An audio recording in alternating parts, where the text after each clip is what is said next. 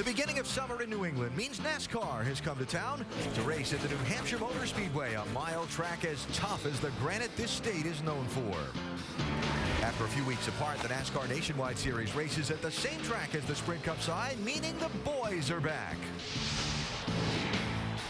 Someone else is back, resuming her stock car try after a couple of months focusing on Indy cars. On the line today, an amazing record. In 23 New Hampshire races, no driver has ever won more than once. And while there are some great candidates to end that streak, including the circuit's hottest driver, there are also some great candidates to keep it going. Who gets the glory today in the granite state of New Hampshire? 10, 9, 6, 5, 4, 3, 2, ignition.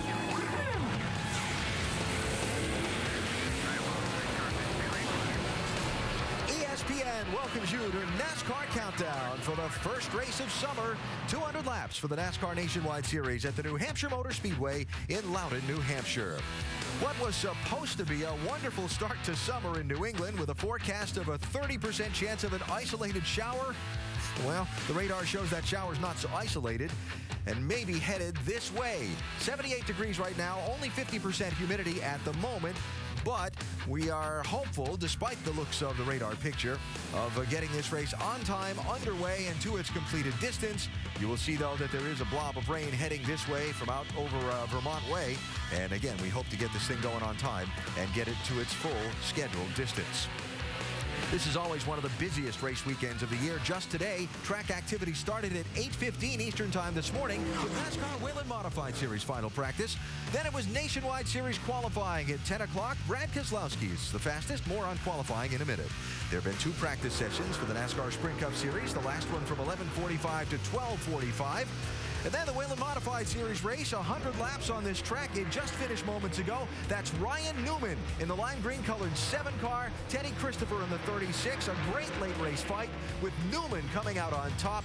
That car owned by Sprint Cup Series crew chief Kevin Mannion, and Ryan Newman climbing out in victory lane just moments ago. All of that before we even get to the green flag for the NASCAR Nationwide Series race. Here are the fastest qualifiers and the top 10 starters for the Nationwide Series 200. The top 2 in the championship sharing the front row, Keslowski and Edwards, with Kyle Busch and Kevin Harvick right behind. Some young drivers making noise in qualifying. Steve Wallace, Austin Dillon, the ARCA champ Justin Lofton, and Ricky Stenhouse all in the top 10. New Hampshire Motor Speedway, known for the beautiful white mountains. Appropriate that our ESPN pit studio sits on the hillside overlooking the Magic Mile. Maybe instead of Mount Washington, we'll name this one Brad's Bluff. Yeah, I like that. Sounds good to me. We welcome you inside. Alan Bestbrook alongside Dale Jarrett and Big Brad Daugherty. We'll talk with Carl Edwards and Danica Patrick shortly. Let's talk first a little about this racetrack. Just over a mile around. Why is it so tough? Because there's no banking to lean on, and with a 3,400-pound stock car, you need that. The tires aren't that wide, so it's just a very difficult day. The transitions into and out of these corners are the most difficult that these guys face pretty much anywhere you go. Heavy braking getting into the corners. Car wants to roll over a lot. Just makes it a long, hard day for the drivers. Yeah, it really does. I was talking to Brendan Gaughan and Kevin Harvick earlier, and I said, what makes this place so hard? We can see it's flat. They said you really have to drive the car out on edge. The car is either going to be too tight or too loose, and you got to fight it and be aggressive through the corner. Make yourself advance the car. It's so hard because it gets slick, like DJ said. There's no banking to catch you. You really got to shuffle race car around this racetrack. This racetrack has a remarkable record going in NASCAR Nationwide Series competition. In 23 previous races, 23 different winners. Tommy Ellis began the streak, winning the very first event at this track, July 1990. 17 cautions in that one. Yeah, I remember that day. Jeff Burton started back in 23rd in winning the race in 1992, second deepest in the field of winners ever started. You know this guy, right? Yes, sir. Old Robert Presley, the Big Creek Bandit, got him a win here back in the day. One of Robert's 10 Nationwide Series wins. Track's been very good to the regulars. Jason Keller's win, 2000. 2001, an example of that. And twice here, a driver's gotten his first Nationwide Series win, Derek Cope in 94. And pictured here, Bobby Hamilton Jr., 2002. That's the last time that first-time winner thing has happened. The last 4 races in New Hampshire have all been won by Sprint Cup double-duty guys, Carl Edwards, Kevin Harvick, and the last 2, Tony Stewart and Kyle Busch, both in Joe Gibbs Racing Toyotas. 23 races, 23 faces. Wow. Let's hear from a candidate to bust the streak and a candidate to build the streak. We start with Dave Burns. With the 2007 winner who would like to bust that streak, that is Kevin Harvick, and his car's been very fast this weekend. So are you the guy? Well, I don't know. We were just having a debate on who has the chance to be the first-time winner, but our Jimmy John Chevrolet has been really fast. We still have a lot of unknowns with a lot of new things that we're doing as to how long the car will last and things like that. The car's been really fast in practice, but you know, we don't know how long. So we'll see what happens. Should be a fun day. I enjoy racing here, and if we can keep that rain away, we'll be in good shape. 3 weeks since you've raced in this car. First of all, did they get your name back on the door, and does it feel good to be back? Yeah, I think they got my name back above the door, so always fun to be back. Enjoy not watching the races and being in the races. All right, Kevin Harvick will hopefully be the guy who busted today with a guy who hopes to keep the streak going. He's standing by with Dr. Jerry Punch. Thank you very much, Dave. You know, Joey Logano, this is his home racetrack. He actually grew up about 150 miles south of here in Middletown, Connecticut. It may surprise some folks, Joey. You were telling me a moment ago that in spite of the fact that you won your first Cup race here last year and you've won twice in the regional series, this is one of your least favorite tracks to drive. Why?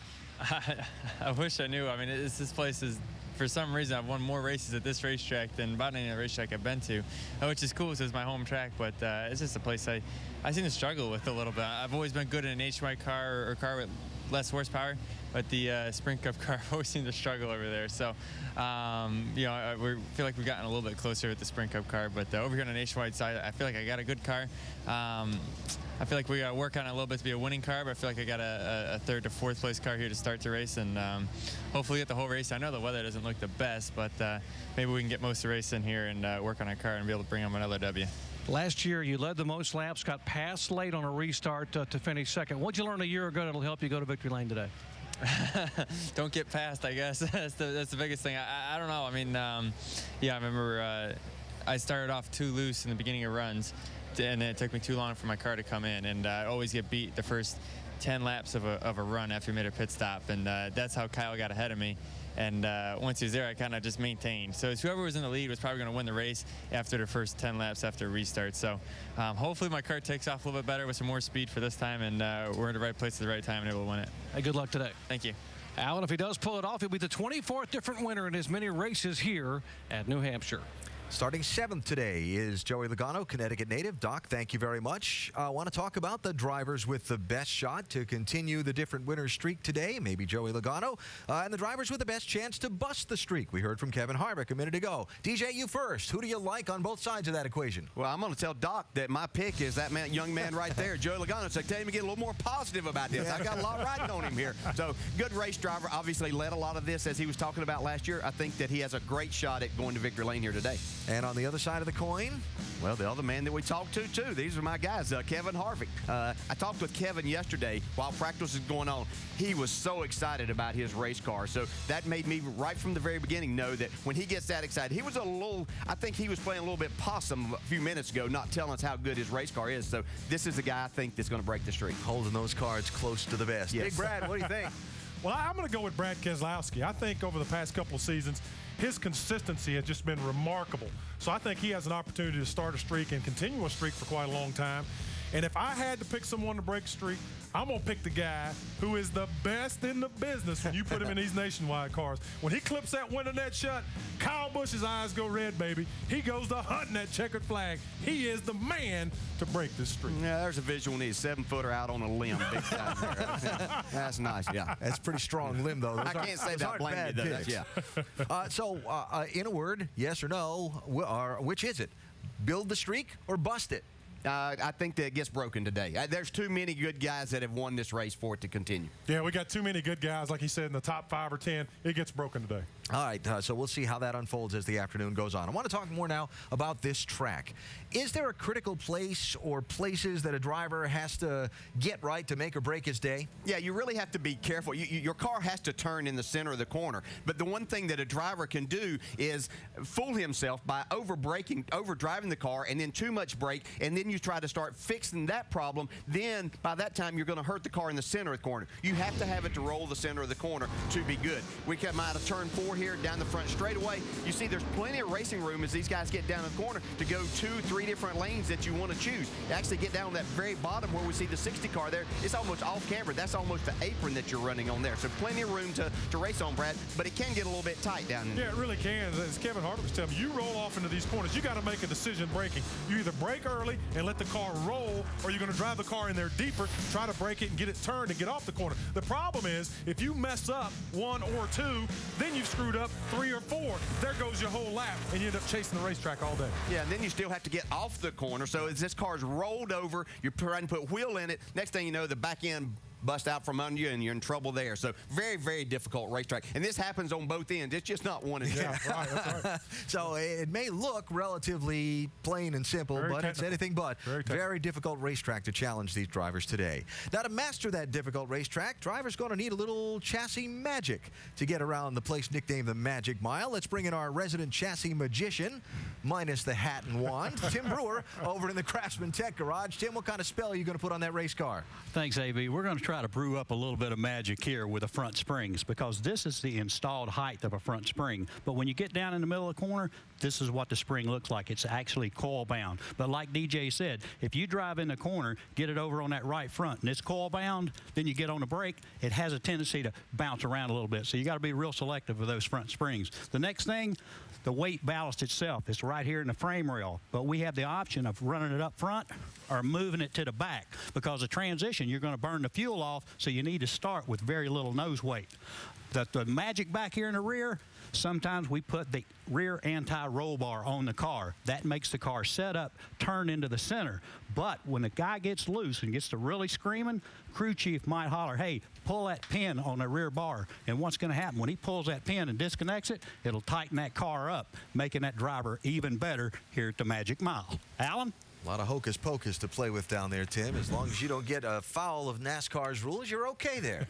Pretty good. All right, thank you, Tim. Coming up on NASCAR Countdown, the reason ticket sales for this race, the track says, are over 30% ahead of last year. Danica Patrick back to continue her stock car education. We'll talk to her in a few moments. Plus, Carl Edwards, who got his first win of the year last week and has been on a tear of late in the Nationwide Series. The former New Hampshire winner will join us to talk about it. All that and much more as NASCAR Countdown continues from beautiful New Hampshire. Well, I love the look of the water, but I hope we don't see any here shortly. Yeah. Rain us out. Oh, goodness. NASCAR Countdown is brought to you by Craftsman, the official tools of NASCAR. 1 week ago, the NASCAR Nationwide Series made its inaugural run on the Road America road course in Wisconsin. Carl Edwards was the man. He won the pole, led 35 of the 50 laps in the race, but it wasn't as easy as it sounds. He had to prevail in a late fight with Jacques Villeneuve in that yellow 32 car over that 4-mile road course to get the trophy and, of course, the now traditional victory flip celebration. Carl's win last week was his first of the season in the 15th race of the year. In 2008 and 2009, he got his first win of the year in the Nationwide Series right around the same time and went on a tear from there that saw him win 7 and 5 races in those campaigns and make a good run at the championship. The hottest driver in the Nationwide Series of late, last week's winner at Road America, and the newest member of the President's Council on Fitness, Sports, and Nutrition joins us now in the ESPN Pit Studio. Carl Edwards, thanks for the time. I'm glad to be here. I'm glad to be the hottest driver in the series right now.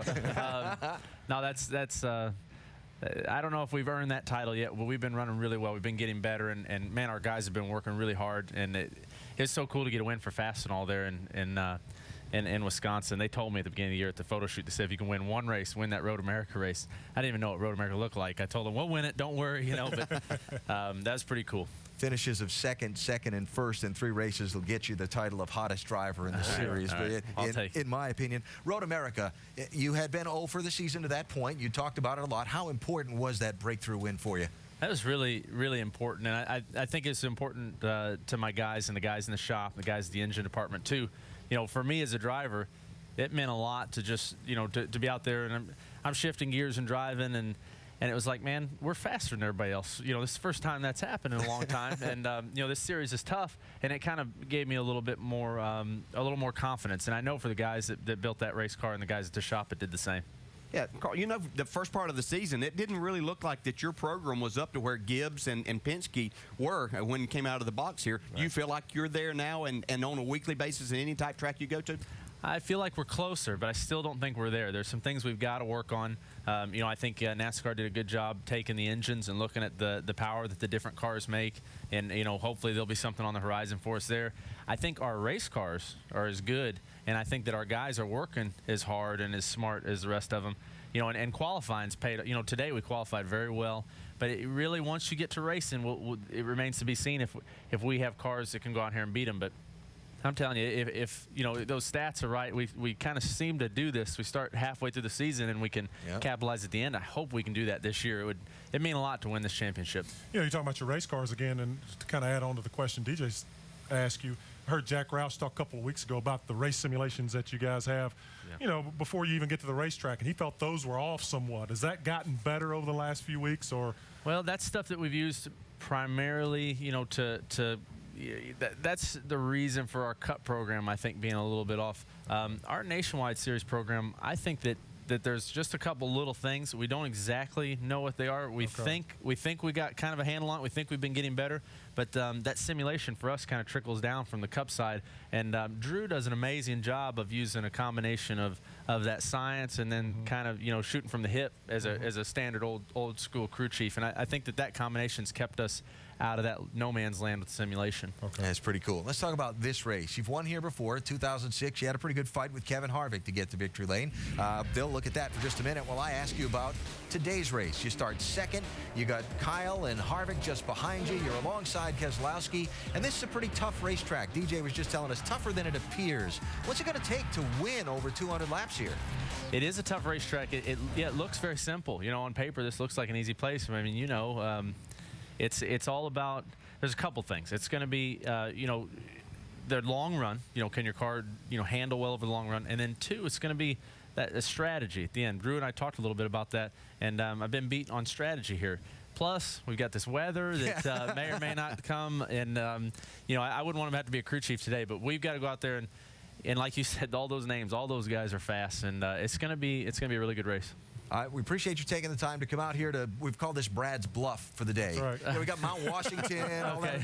This is Brad's Bluff. So we appreciate you coming out if to Brad's Bluff. If you need any Bluff. advice on the nutrition part on that president's physical fitness count, you can come to me. I can help you out with that. All right. Well, thank you, guys. And thanks to Copart and Fast and All and Ford, and hopefully we can get to victory lane again. And I'll pick you up some donuts. Any or something fried for after foods in that? No fried foods. Man, I don't want no part of that. How about lobsters? He's pretty good with those things. Yeah, seafood's good. Yeah. All right. Carl Edwards, thank you for the time. We appreciate it. Good luck today. Thank you, guys. Carl starting second in his Ford. The New Hampshire and New England area, for that matter, has produced so much racing talent over the years. Drivers, crew chiefs, mechanics. There are literally hundreds of people in the NASCAR garage every week who come from New England. But the thoughts of many today are with one who's missing. Vince Welch has that story. DJ Richardson was a tire changer on Kevin Harvick's Sprint Cup team and also on this Nationwide Series 32 team. It's being driven today by Reed Sorensen. The crew members of this 32 team will remember DJ Richardson, in fact, have all season long with this decal on each of their helmets of the men who go over the wall.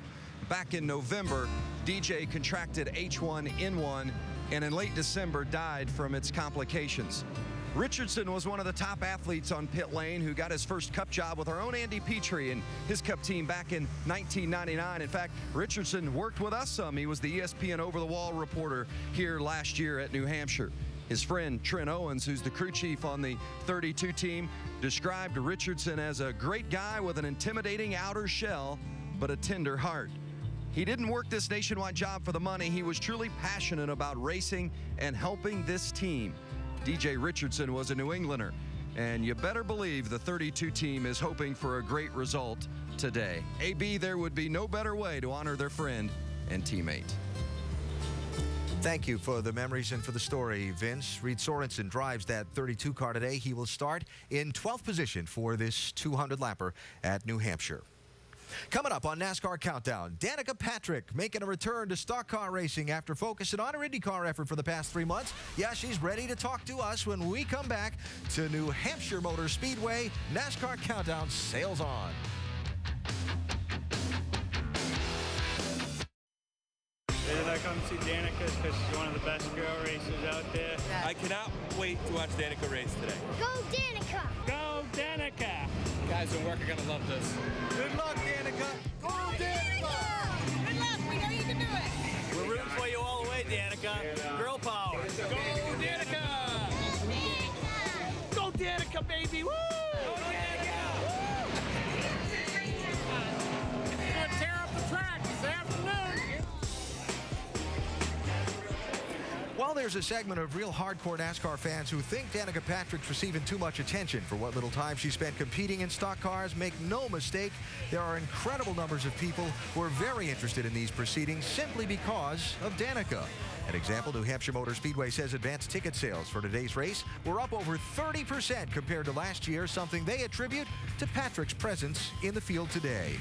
Danica's 4th NASCAR Nationwide Series start will come from 25th position on the grid, qualifying shown there earlier today, as she returns to stock car racing after spending the past 3 months focusing on Indy cars.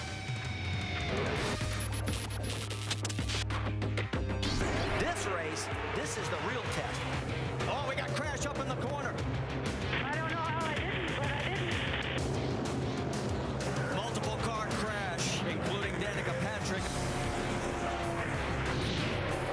Danica right now dropped back to 41st.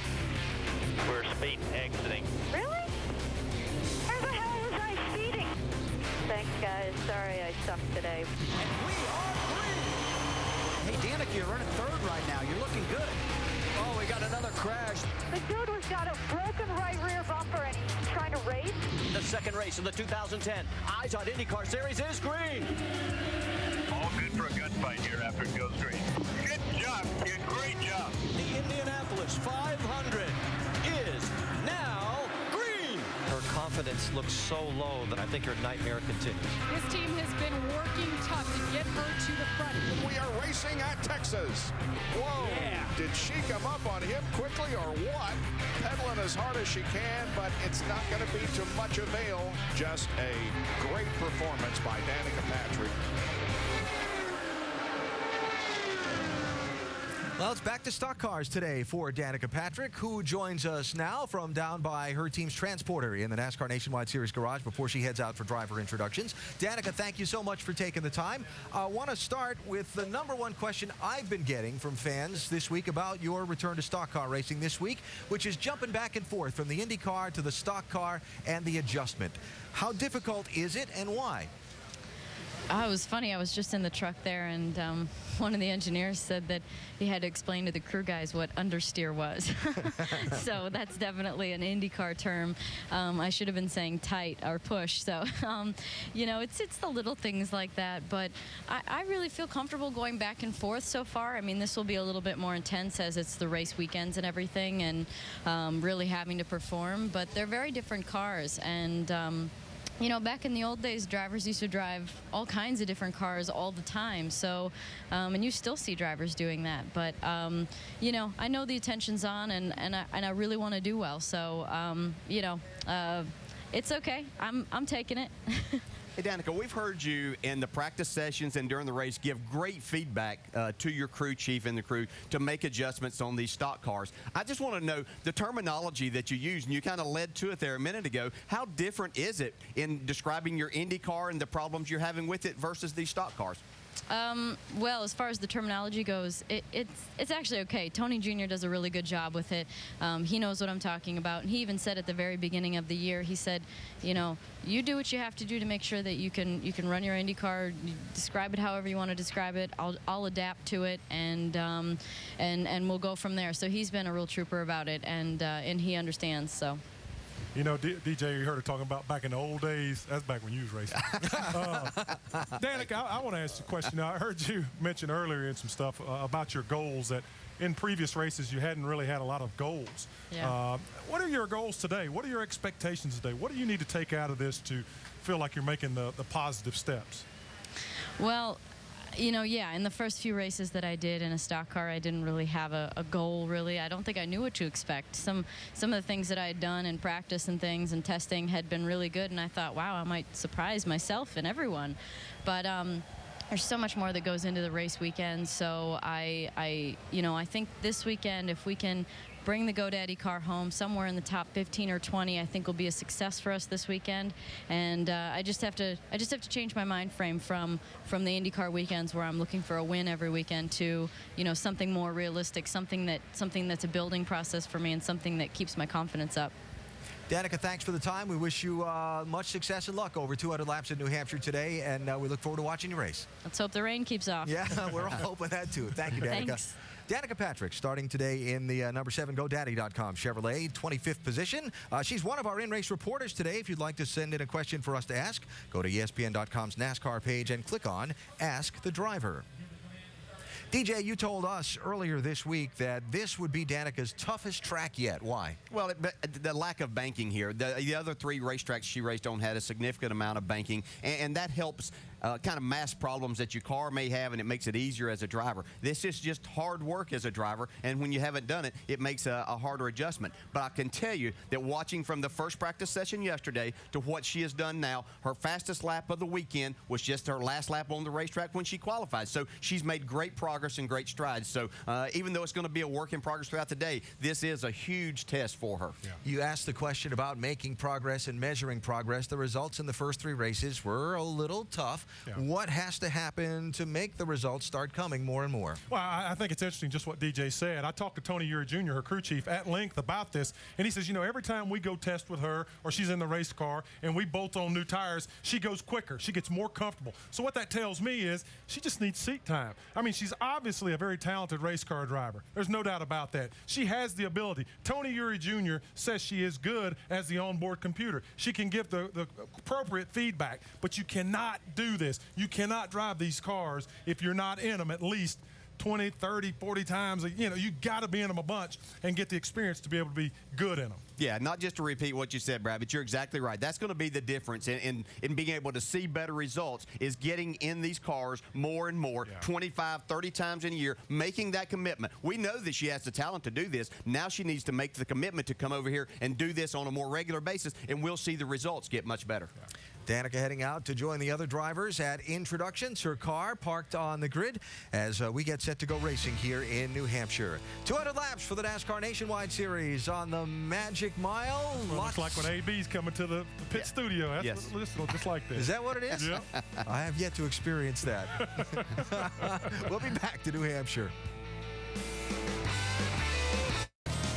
Summertime in New England, from Freedom Trail on the sides of historic Boston to the beautiful mountains and lakes of New Hampshire. Always good times to be had in these parts at this time of the year. Summertime in New England also means racing at New Hampshire Motor Speedway, where again thousands of fans have come to see their high-speed heroes in action on the Magic Mile. The green flag just 41 minutes away for the 24th NASCAR Nationwide Series race at this track. Race 16 of the NASCAR Nationwide Series season will be race 7 in this series for Austin Dillon, the 20-year-old grandson of 12-time champion owner Richard Childress, giving the Childress 21 car a drive today. But it's one of the few times we're going to see this very pedigreed car race for the rest of the year. RCR's been one of the dominant teams in the Nationwide Series for much of this decade. Won the Nationwide Series championship 7 times, 3 drivers' titles with Kevin Harvick and Clint Boyer, and 4 owners' championships, 55 wins since they began competing in this series in 2000. Second most this decade. But Doc, due to a lack of sponsorship, this is one of only a few times we're going to see this car this summer. Austin Dillon starts 8th. 20-year-old Austin Dillon is the grandson of legendary car owner Richard Childress. And Austin, today you strap in that famous number 21 car that's won so many championships. What best describes this day for you? Is it pressure to perform or opportunity to shine? You know, I think it's a big opportunity for the Bass Pro Shops team. We're coming out here. We haven't ran a nationwide race all year. We qualified 8th, which was good, and I got my truck guys helping me out, and we're going to go out and have some fun today, and, you know, we'll see what we can do. And good luck to you. Thank you. Alan, he qualified 8th, but the learning curve could be very steep here today in the Nationwide Series. All right, Doc, thank you. Austin Dillon, part of a group of young drivers in today's race, looking to make their names more known to you and prospective sponsors in the sport. The group of drivers competing for Ray Bestis Rookie of the Year, recently had their driving skills tested in a different kind of way. My name is Sergeant Ruby. I'm with the Matthews Police Department. The reason why we're out here today is we're going to put you guys through the Law Enforcement Drivers Training Program. So when today is over, Colin and Ricky will know how to drive? You're all three going to know how to drive. You ready to get started? Yes, sir. All right, let's go. I'm good at turning left. I know. Hey, y'all, watch this.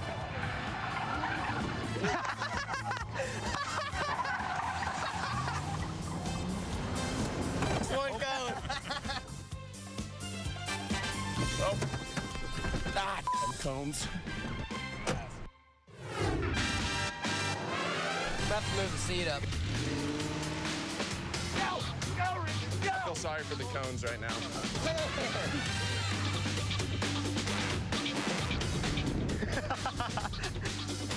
I think I can save it.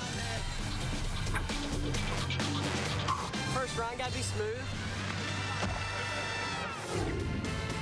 You gotta buckle up. Buckle up for safety. Come on, Daisy. Oh. You drove two-footed, didn't you? Yeah. You drove two-footed. The driving two-footed. Hey. Well, thank you for coming out today and taking part in the Law Enforcement Drivers Training Program. See that? Junior officer.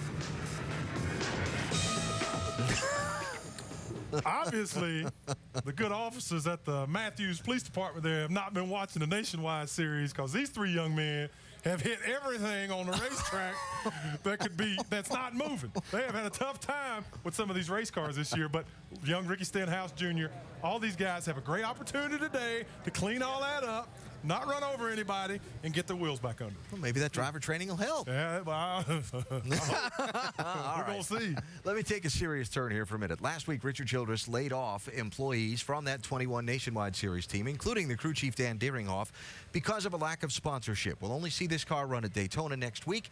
Won't see him again till Bristol to the end of August because of a lack of sponsorship. That's a pretty tough statement right now. Yeah, it's really tough. And Richard Childress is one of my heroes. You know, I'm a car owner, and I always try to model myself after Richard Childress. He's the standard bearer, an independent guy who's kind of done it by pulling up his bootstraps and fought his way to the top. And when you see a guy like that struggling to acquire sponsorship, it means it's tough for all of us. So I wish him the best. He's been nothing but excellent for this sport. Austin Dillon, a young driver trying to work his way up the racing ladder through his start here today.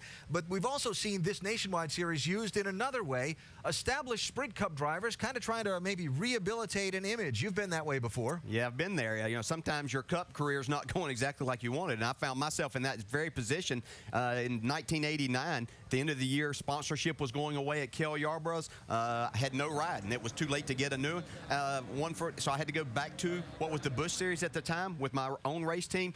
Fortunately, I had an opportunity to come along with the Wood Brothers that basically resurrected my career. But you get, just like Elliot Sadler's doing here, you know, things aren't going as well for him on the Cup side. He's wanting to take this opportunity in 10 races to show people, yeah, I can still drive. Give me that opportunity. So that's what the series is for. You have two different ends of the spectrum.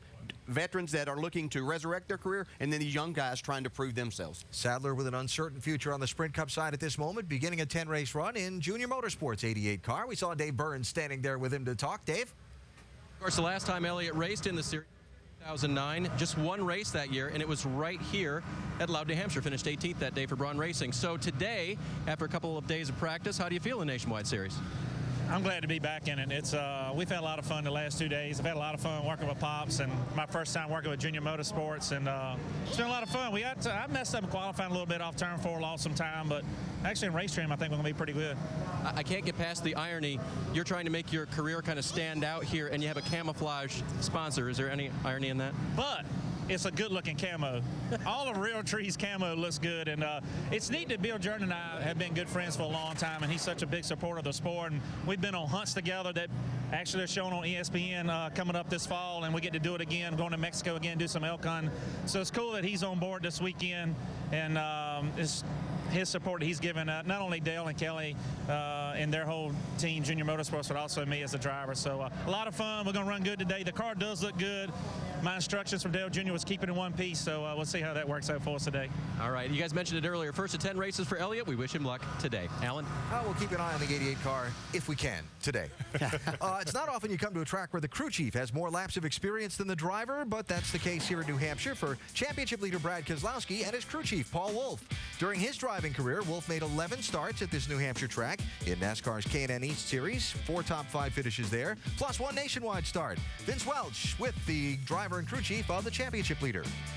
Well, all those successful results as a driver for Paul Wolf has helped his driver, Brad Keslowski. He'll start from the pole here today. Paul, as a driver and having had success at a racetrack like this, how does it help you now in the crew chief seat here? Well, I don't know how much it helps. I'd like to think it does, but I have had some success here in the Busch North car, and you know, when I come here, it's kind of like coming home for me as much as I run here. So I don't know, at one point in practice yesterday, Brad called me the expert, so I don't know what that meant, but have a lot of fun here, and I feel like we've got a good Ruby Tuesday Dodge for the race today. Well, certainly has been good so far. They were fastest in qualifying, sitting on the pole. Now, does he tell you how to drive it, or he just tell you how it should feel? Well, I was a little lost about what I wanted, so I said, I don't know, Paul, you're the expert here, so I think that was pretty cool. But, you know, our car's pretty good. So it was the same car we had at Richmond. Even wearing the same fire suit, got the same engine in. Should be a good week, so we're ready to get going. Yeah, worked out all right at Richmond. They were a dominant winner particular day. AB? All right, Vince, thanks. Keslowski starting on the pole. Coverage of Major League Baseball continues tomorrow and Monday night. First on ESPN, Sunday Night Baseball at 8 Eastern. Joe Girardi's Yankees head west to take on Joe Torre's Dodgers as part of the AL-NL Showdown presented by State Farm. Then on ESPN2's Monday Night Baseball at 7 Eastern, 2 of the game's brightest rookies face off. Steven Strasburg leading the Nationals against Jason Hayward and the Braves. Major League Baseball on ESPN tomorrow and ESPN2 Monday, also available on ESPN3.com. Strasburg can throw the ball, can he? Yes, wow. sure he can. Man. We will see if Brad Keslowski can maintain the sizable gap he holds in the Nationwide Series championship standings, or if things will take a turn in a different direction as Carl Edwards gets some awards from his Road America win last week. More of NASCAR Countdown when we return to New Hampshire Motor Speedway, where one of the traditions is towing your stuff in from the campground in a wagon and hitching it to the fence. He's older than most of our nationwide drivers. Get that man a contract. Hey, give me a pen. Starting 25th, the number 7 GoDaddy.com Chevrolet from Roscoe, Illinois, Danica Patrick. Driver introductions ongoing at New Hampshire Motor Speedway a minute ago. Danica Patrick being introduced as the countdown continues towards the once-a-year NASCAR Nationwide Series race at this track. Kyle Busch, certainly one of the favorites to take the win today. He starts 4th and is the defending winner of this event. 1 year ago, Kyle spent much of the second half of this race chasing his Gibbs teammate Joey Logano. But with 35 laps to go, Kyle made the move, the 18 by the 20. And despite Logano trying to close in traffic over the late laps, Kyle had enough to reach the checkers first and become the 23rd different New Hampshire Nationwide Series race winner. Let's hear from Kyle Busch before today's race, Doc. Alan, a three-week summer sabbatical for the Nationwide Series over for Kyle Busch, and welcome back, by the way. Unlike the other 42 drivers in the field, we're glad to see you back. I appreciate it. It's good to be back, you know, in the Z-Line Camry. We're looking forward to it. I got to ask you, this play's so tough to pass on. You made it look easy a year ago. What's the key to setting up and executing a pass? Well, sometimes you don't make it work exactly the way you want to, but you know, for this place, you got to be able to have a good, secure car that gets into the corner well. You can get on the brakes hard. You can still turn the center, and when you step on the gas, it accelerates forward instead of spinning the tires. So, I mean, it's not just one particular thing that'll get you a pass here. It's all three of those. Hey, good luck today. Thank you. Alan? Kyle Busch starting in the 4th position. He'll certainly be one of the favorites. Now, after last Saturday's Road America race, the crew chief of the 18, Jason Ratcliffe, had words with Brad Keslowski that insinuated the driver of the 22 had a payback coming from a late race incident that might have cost the 18 drivers there, Brad Coleman, a chance to win. Keslowski's in there. Oh, boy, too far he's really in there. The leader bumped aside. Keslowski goes through into the #1 spot. I went in there as deep as I could in the one. He flat out pile drove me. I'd like to say that I meant to run in him, but I really just don't know what I'm doing on a road course. I'm trying not to cry right now because I'm really heartbroken. I just got into him and apologized to him, and nothing that I'm going to say is going to make it right for him. If a guy's really sorry, he doesn't come back the next week and do it again. You know, that's not the first time that's happened with that particular driver. And I felt like it was time to go down and have a little meet and greet with Brad and just tell him where I thought he could do a better job, not just at Road America, but in general. And hopefully he listened. I'll give Jason full credit as a crew chief that supports his driver. I don't think he was, at the time, confused at what happened. From my end, I didn't think it was an incident. I just thought it was two cars making contact. All right, so you saw the incident. You heard from those involved. Does Brad Keselowski need to be looking over those shoulders today for payback? I'd say definitely he needs to be paying attention to the cars that are around him, because this Gibbs group seemed to be very intent on making a payback of some sort, whether that happens today or down the road. We'll have to see how the circumstances. But, Brad puts himself in these positions, doesn't seem to mind that. He's ready to handle whatever's going to come along and whatever those consequences may be. But Brad, one thing that we've seen last year and kind of this year, whenever we've had some problems on the racetrack, there's one guy named that's kind of in the middle of it. Huh? Well, I tell you, that line behind him's getting awful long. There's a lot of people taking a look at Brad Keselowski, and the thing I like about it is he is the #1 guy.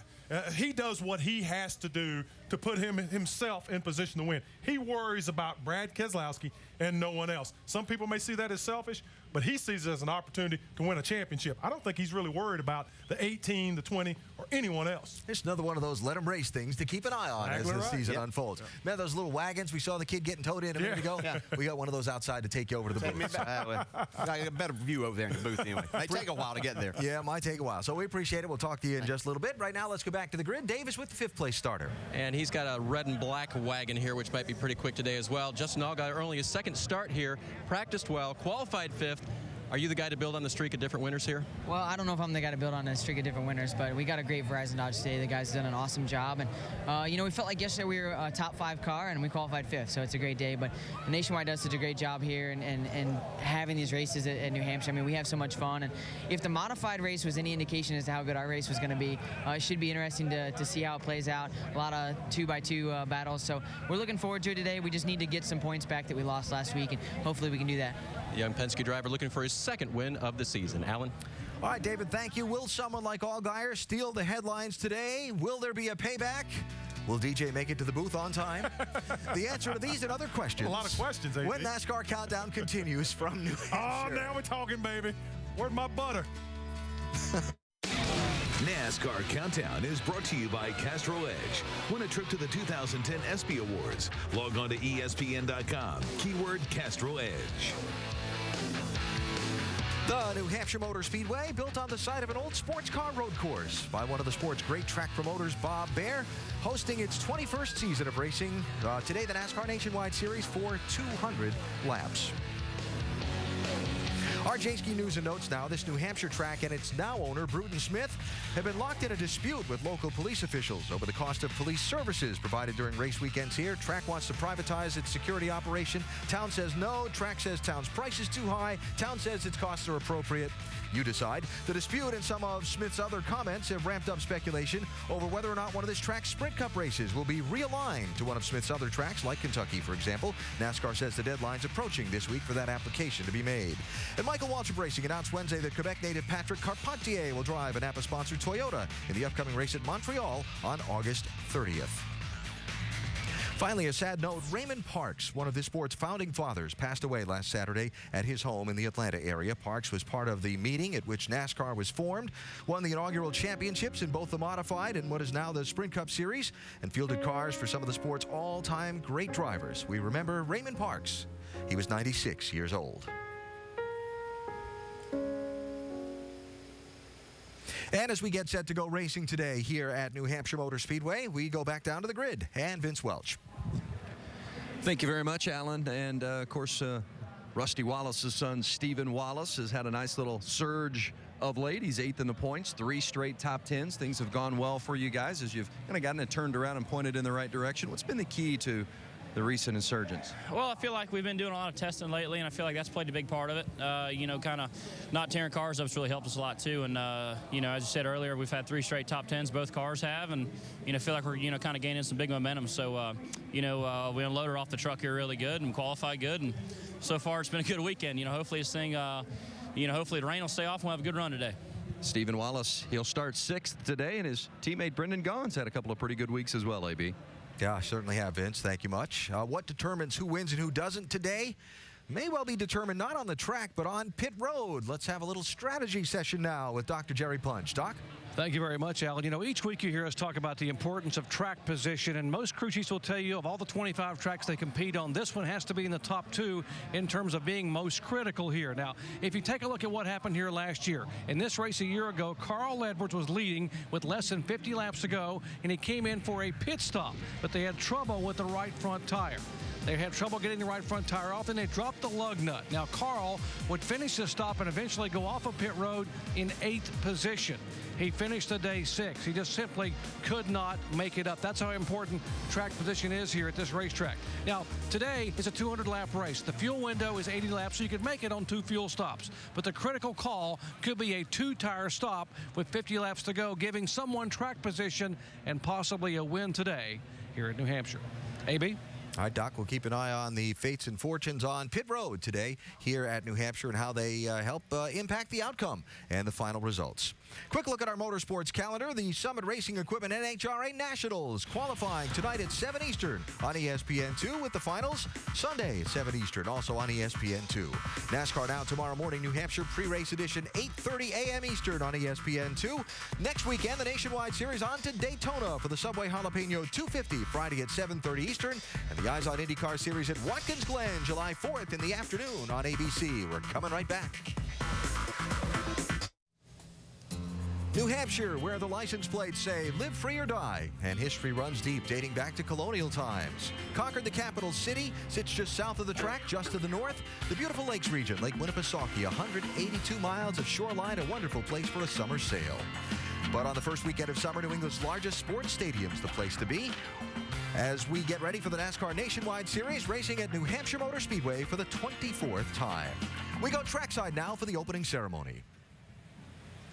Ladies and gentlemen, please stand and remove your hats as the Salem High School Air Force Junior ROTC Color Guard presents our nation's colors. Please remain standing as Pastor John White of the Church of the Nazarene in Loudon, New Hampshire offers today's invocation. Our Father in heaven, we give you thanks and praise for the opportunity, the joy of being in this place this afternoon. Father, I pray your blessing upon each person who is here. I ask, Lord, your hand of protection on every driver, every crew member, and everyone who has come to be a fan today. Father, as we will soon rise as one as the races begin, as the engines start, I ask that we would also rise at the end to celebrate the joy of the one who crosses the finish line and celebrate with everyone who crosses as well. And now, Father God, as we also celebrate the fact that you are our Lord, we rise as one, and we say in the name of God our Father, Amen. Now, please welcome Los Angeles-based recording artist Ashley Alexander. She returns to her home state of New Hampshire and performs our national anthem. Oh, say, can you see by the dawn's early light what so proudly we hailed at the twilight's last gleaming, whose broad stripes and bright stars through the perilous fight o'er the ramparts we watched were so gallantly streaming, and the rockets regular, the bombs bursting in air, gave proof through the night that our flag was still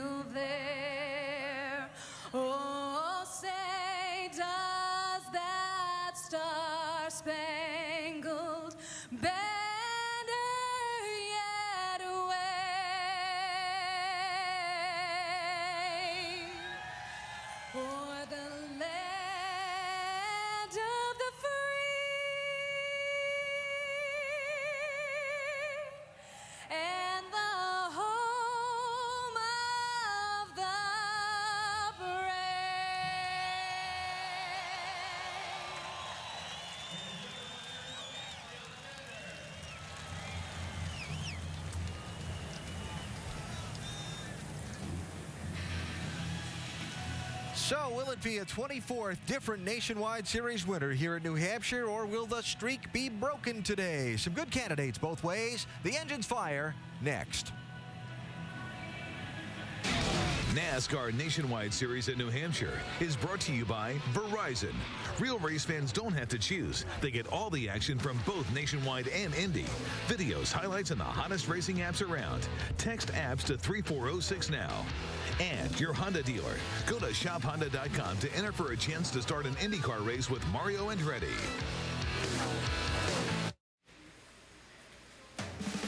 The New Hampshire Motor Speedway, just to the northwest of the northeast rather of the capital city of Concord, where another great crowd of New England race fans has turned out on this Saturday afternoon, watching the weather. Expected to be about 76 degrees throughout the entire 200-lap time frame of this race. A forecast chance of a 30% isolated shower chance. That's the radar at the moment. Some stuff to the west of us. We're watching it. It does seem to possibly be breaking up. We just got all our fingers and toes crossed, and we're hoping for the best. Well, DJ has made his way upstairs, resisting the urge to stop for some chowder or a lobster along the way, where he's joined Marty Reed and Andy Petrie for the call of today's race. Let's see, DJ and Marty back from a week off, and a couple of this race's heavy favorites are back from a few weeks off, Marty. And if they're as well rested and ready to go as he and I are, the rest of the field could be in trouble. And one of those guys is Kevin Harvick. He is the all-time lap leader here in the Nationwide Series with about 588. He's got the most top fives, and he could be our first repeat winner. Yeah, he could be, because he's had probably the best-looking car in practice as far as lap times and how it stays on the racetrack and how it looks on the track. So, you know, he didn't qualify on the pole, but he's had the fastest car and looks like he's the guy to beat. I expect him to lead a lot of laps today. Yeah, and talking to him during practice yesterday, he was so excited about this race car. He said this is when it's really fun to come to the racetrack, when you have a car that's this good. Well, if you missed the first portion of Countdown, you also missed the fact that we talked to Carl Edwards. He is another one of those guys. It's one of the 6 drivers that have won here before, and he is very hot right now. Well, he's got a ton of momentum coming off that win. You know, the Fords in general have been getting better and better. Carl Edwards' performance is starting to really pick up.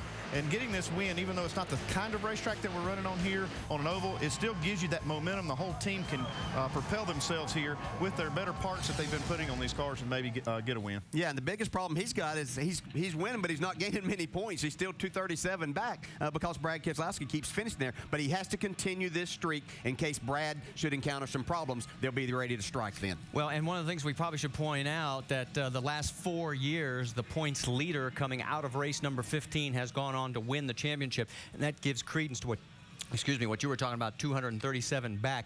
He's got to keep chipping away at this points lead, and Keselowski's still right up there. Yeah, well, you just have to keep that pressure on, you know, keep leading laps, let them know that you're there and you're not going away. This thing will close up and we'll have a real battle for this points championship. All right, as we said, Alan pointed out, we've got our fingers and toes crossed that we get this race in, but lap 100 makes it official. Let's find out as we get this one started.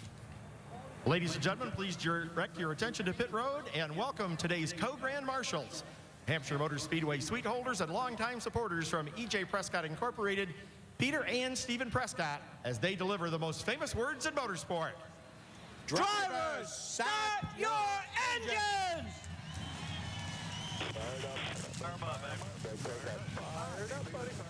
Sabaro, come here. Check. We're good. Yeah, loud and clear, bud. Hey, Kenny, you got me? 10-4. Yes, sir. Check your wheel here. You got room to come forward. You got me there?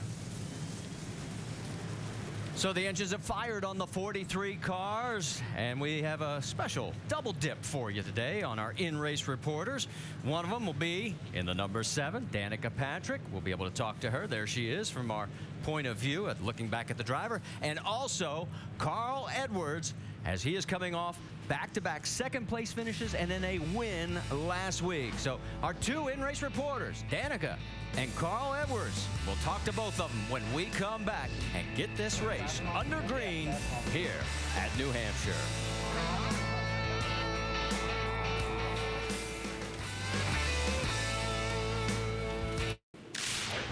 A little bit earlier today, qualifying was held here, and as you may have heard earlier, Brad Keselowski picked up the pole. He ran a time of 29.37 seconds at 129 miles an hour, his 3rd of the season, 6th of his nationwide career. but it was his first pole here at New Hampshire Motor Speedway. All right, starting grid's going to come across the top of your screen. Think about this. Keep an eye on the first 6 because 11 of 15 wins have come from the first 3 rows. The other 4 outside the top 20.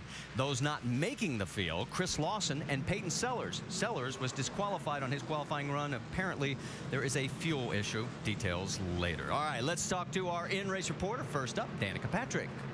Danica, Dale Jarrett, ESPN. You have a copy? Copy. Hey, Danica, our first question comes from our ESPN mailbag, and Jane in Cana, Virginia asked, who has helped you the most since you started in NASCAR, and what is the best advice you've received? It's kind of breaking up, but I think, the most important thing is just to really finish this race and bring the GoDaddy car home with all 4 corners on it. Danica, this is a completely different racetrack than what you've seen in these stock cars your first 3 times. What was the biggest challenge that you faced in getting around here? Getting out of trouble is kind of hard, I thought that it doesn't seem quite as hard in IndyCar, but, there's more cars out here and there's just more stuff to be aware of. But, there's so much to learn for me. It's all coming at me fast, and I'm just trying to manage it all. All right, Danica, have a great day. Thanks for talking with us. Now Andy's going to talk to your crew chief, Tony Uri Jr. Thank you. Hey, Tony, Andy Petrie in the booth. You got us? Yeah, I got you. Go ahead. Hey, Tony, you guys done a good job this week and made a lot of laps and made a lot of gains during the weekend. What part of the racetrack have you focused on as giving you, say, the most trouble, and how have you been working on it? I think the biggest thing is just all the laps we can get Danica in the car is what it's all about right now. She's got a lot to learn. We've really been working on entry. We had a little bit of trouble in Milwaukee, and we were just making sure we didn't have that problem again. But she's done an excellent job. I mean, there's nobody here that's picked up as much time as she has this weekend. So, she's done a great qualifying effort right here. So we're just going to stay out of trouble and do the best we can today. Okay, Tony, so far so good. Good luck today. Thanks for talking to us. All right, let's quickly take a look at our other onboards. We already know that Danica Patrick has one. How about Justin Allgaier with Kyle Busch, Kevin Harvick, Stephen Wallace, and Michael McDowell, Elliot Sadler, and our other in-race reporter, Carl Edwards. Hey, Carl, Dale Jarrett, the ESPN. You got me? Here. So be strong on down pit road like you guys always are. Nice and smooth. Hey, Carl, I know you're coming to the green. What do you need your car to do best today to win this race?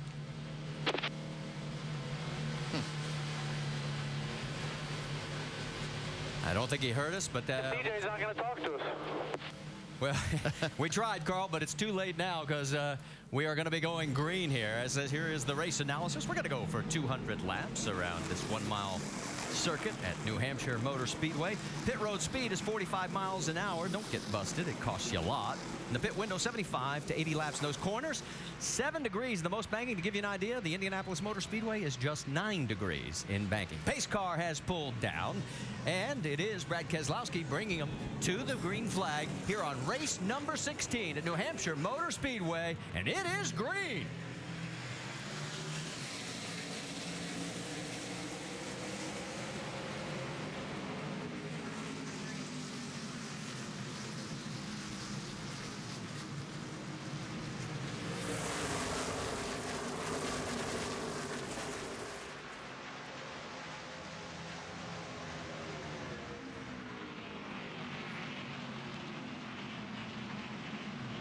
Coming out of turn number 4, it is Brad Keselowski, but Kevin Harvick, who started 3rd, has quickly moved up to 2nd, and he's got the inside line, guys. Yeah, this is a difficult place to get your car going on cold tires, air pressure's down. This flat racing surface makes it very difficult, especially on the exit of the corner. See, Harvick comes up the side, but he's having a hard time putting the throttle all the way down. Falls back into line now with Carl Edwards in 3rd, Allgaier 4th, Kyle Busch now 5th. It literally feels like both of your rear tires are flat as you try to get going on this racetrack. It only takes about 3 or 4 laps, and then the car and the tires build up that air pressure, and it feels much better. I don't know how many times I've had to tell my driver, just wait for it to build up. It takes a while on these flat racetracks to get that pressure up. You want to run them as low as possible because there is some grip later in the run if you don't have those tires really built up on pressure. Carl Edwards trying to go side by side with the 33, can't get it done. Now he's got issues with Justin Allgaier, who's on the outside in the 12. See Carl really get down in the corner here. They're 3 wide coming out of 4. All of a sudden, they swallowed up the 33. Don't know if he had a bobble or what, but Kevin Harvick falls into the clutches of all 3 of those cars, Kyle Busch included, and he's the meat in the sandwich. All 3 of those guys raced down in the corner. They didn't give it to anybody. That's a great move by Justin Allgaier. I don't know that we've seen that. Kyle Busch following him around the outside of those 2. Uh-oh, a little contact there. Saw a little raindrop action also down there in turn 3. We'll keep our eye on that. Right now, we are still lean, mean, and green. You see a tire mark down the left side of Kevin Harvick's car from Carl Edwards' car. All right, let's get you caught up while this is going on. Dennis Setzer has pulled it off. He's our first starting park, and Kevin Swindell in the 37. They've posted him. He has no crew chief on the box. That could be a little long, hard day if you're going to do all the work yourself. Here's the battle with Allgaier and Kyle Busch. This is for second. Here comes Kyle, and he makes it look easy. Yeah, I think Allgaier just gave it to him. At this point of the race, that's probably a smart thing to do. You can just sit in here and follow Kyle and kind of see where his car's strong or maybe where it's weak. Yeah, a lot of times early on here, you don't want a guy chewing on your bumper right then either, especially when it's Kyle Busch and he's wanting to go forward in a hurry. All right, let's go back just a couple of laps ago. Word that Brendan Gaughan tried to, well, almost knock down the wall. He brushes it there. He has had he barely kissed it there. He's picked up 7 spots in the points in the last 3 races, coming off his season best 3rd just last week on the road course, and he's got his inside door handle full of the 99, Trevor Bayne. Yeah, that dark area that we saw him up in there, there's no grip right there. You won't see many guys in there, and that's about as easy as you're going to hit the wall from that point. So he got by with minimal damage. Bayne gets around him, so move Bayne into 12th, gone back to 13th. Whoa! And Danica Patrick is involved with Morgan Shepherd. We're good here. Caution is out. We'll come off the wall there and just watch that one sit down there to your right. See if there's any damage on the left side of the car. Nothing apparent on the right side. Maybe just a little fender. It was a battle for 28th at that point. She's got left front damage. He totally took me out. Yeah, they got a little work to do in the pits here, but they'll get her back out. There's Tony Uri Jr. up on the box, probably waiting for our replay to see what happened on this deal. Definitely got some tire rub there. Here we go.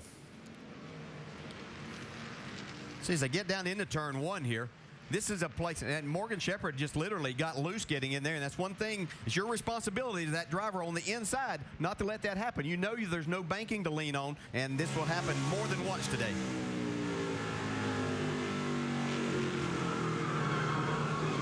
I guess the only thing that Danica could have done there is maybe give him a little bit more room at this point of the race. It wouldn't have to be racing quite as hard, but still not her fault at all. No, it's not, but you have to also, as a responsibility as the driver on the outside there too, you know that if you pull down on that car that you're taking more air off of it, and that's more likely to happen. So the crew pulls the fender out on the left front, and as they go to work, we're going to go to work. And when we come back, we'll reset it for you right now.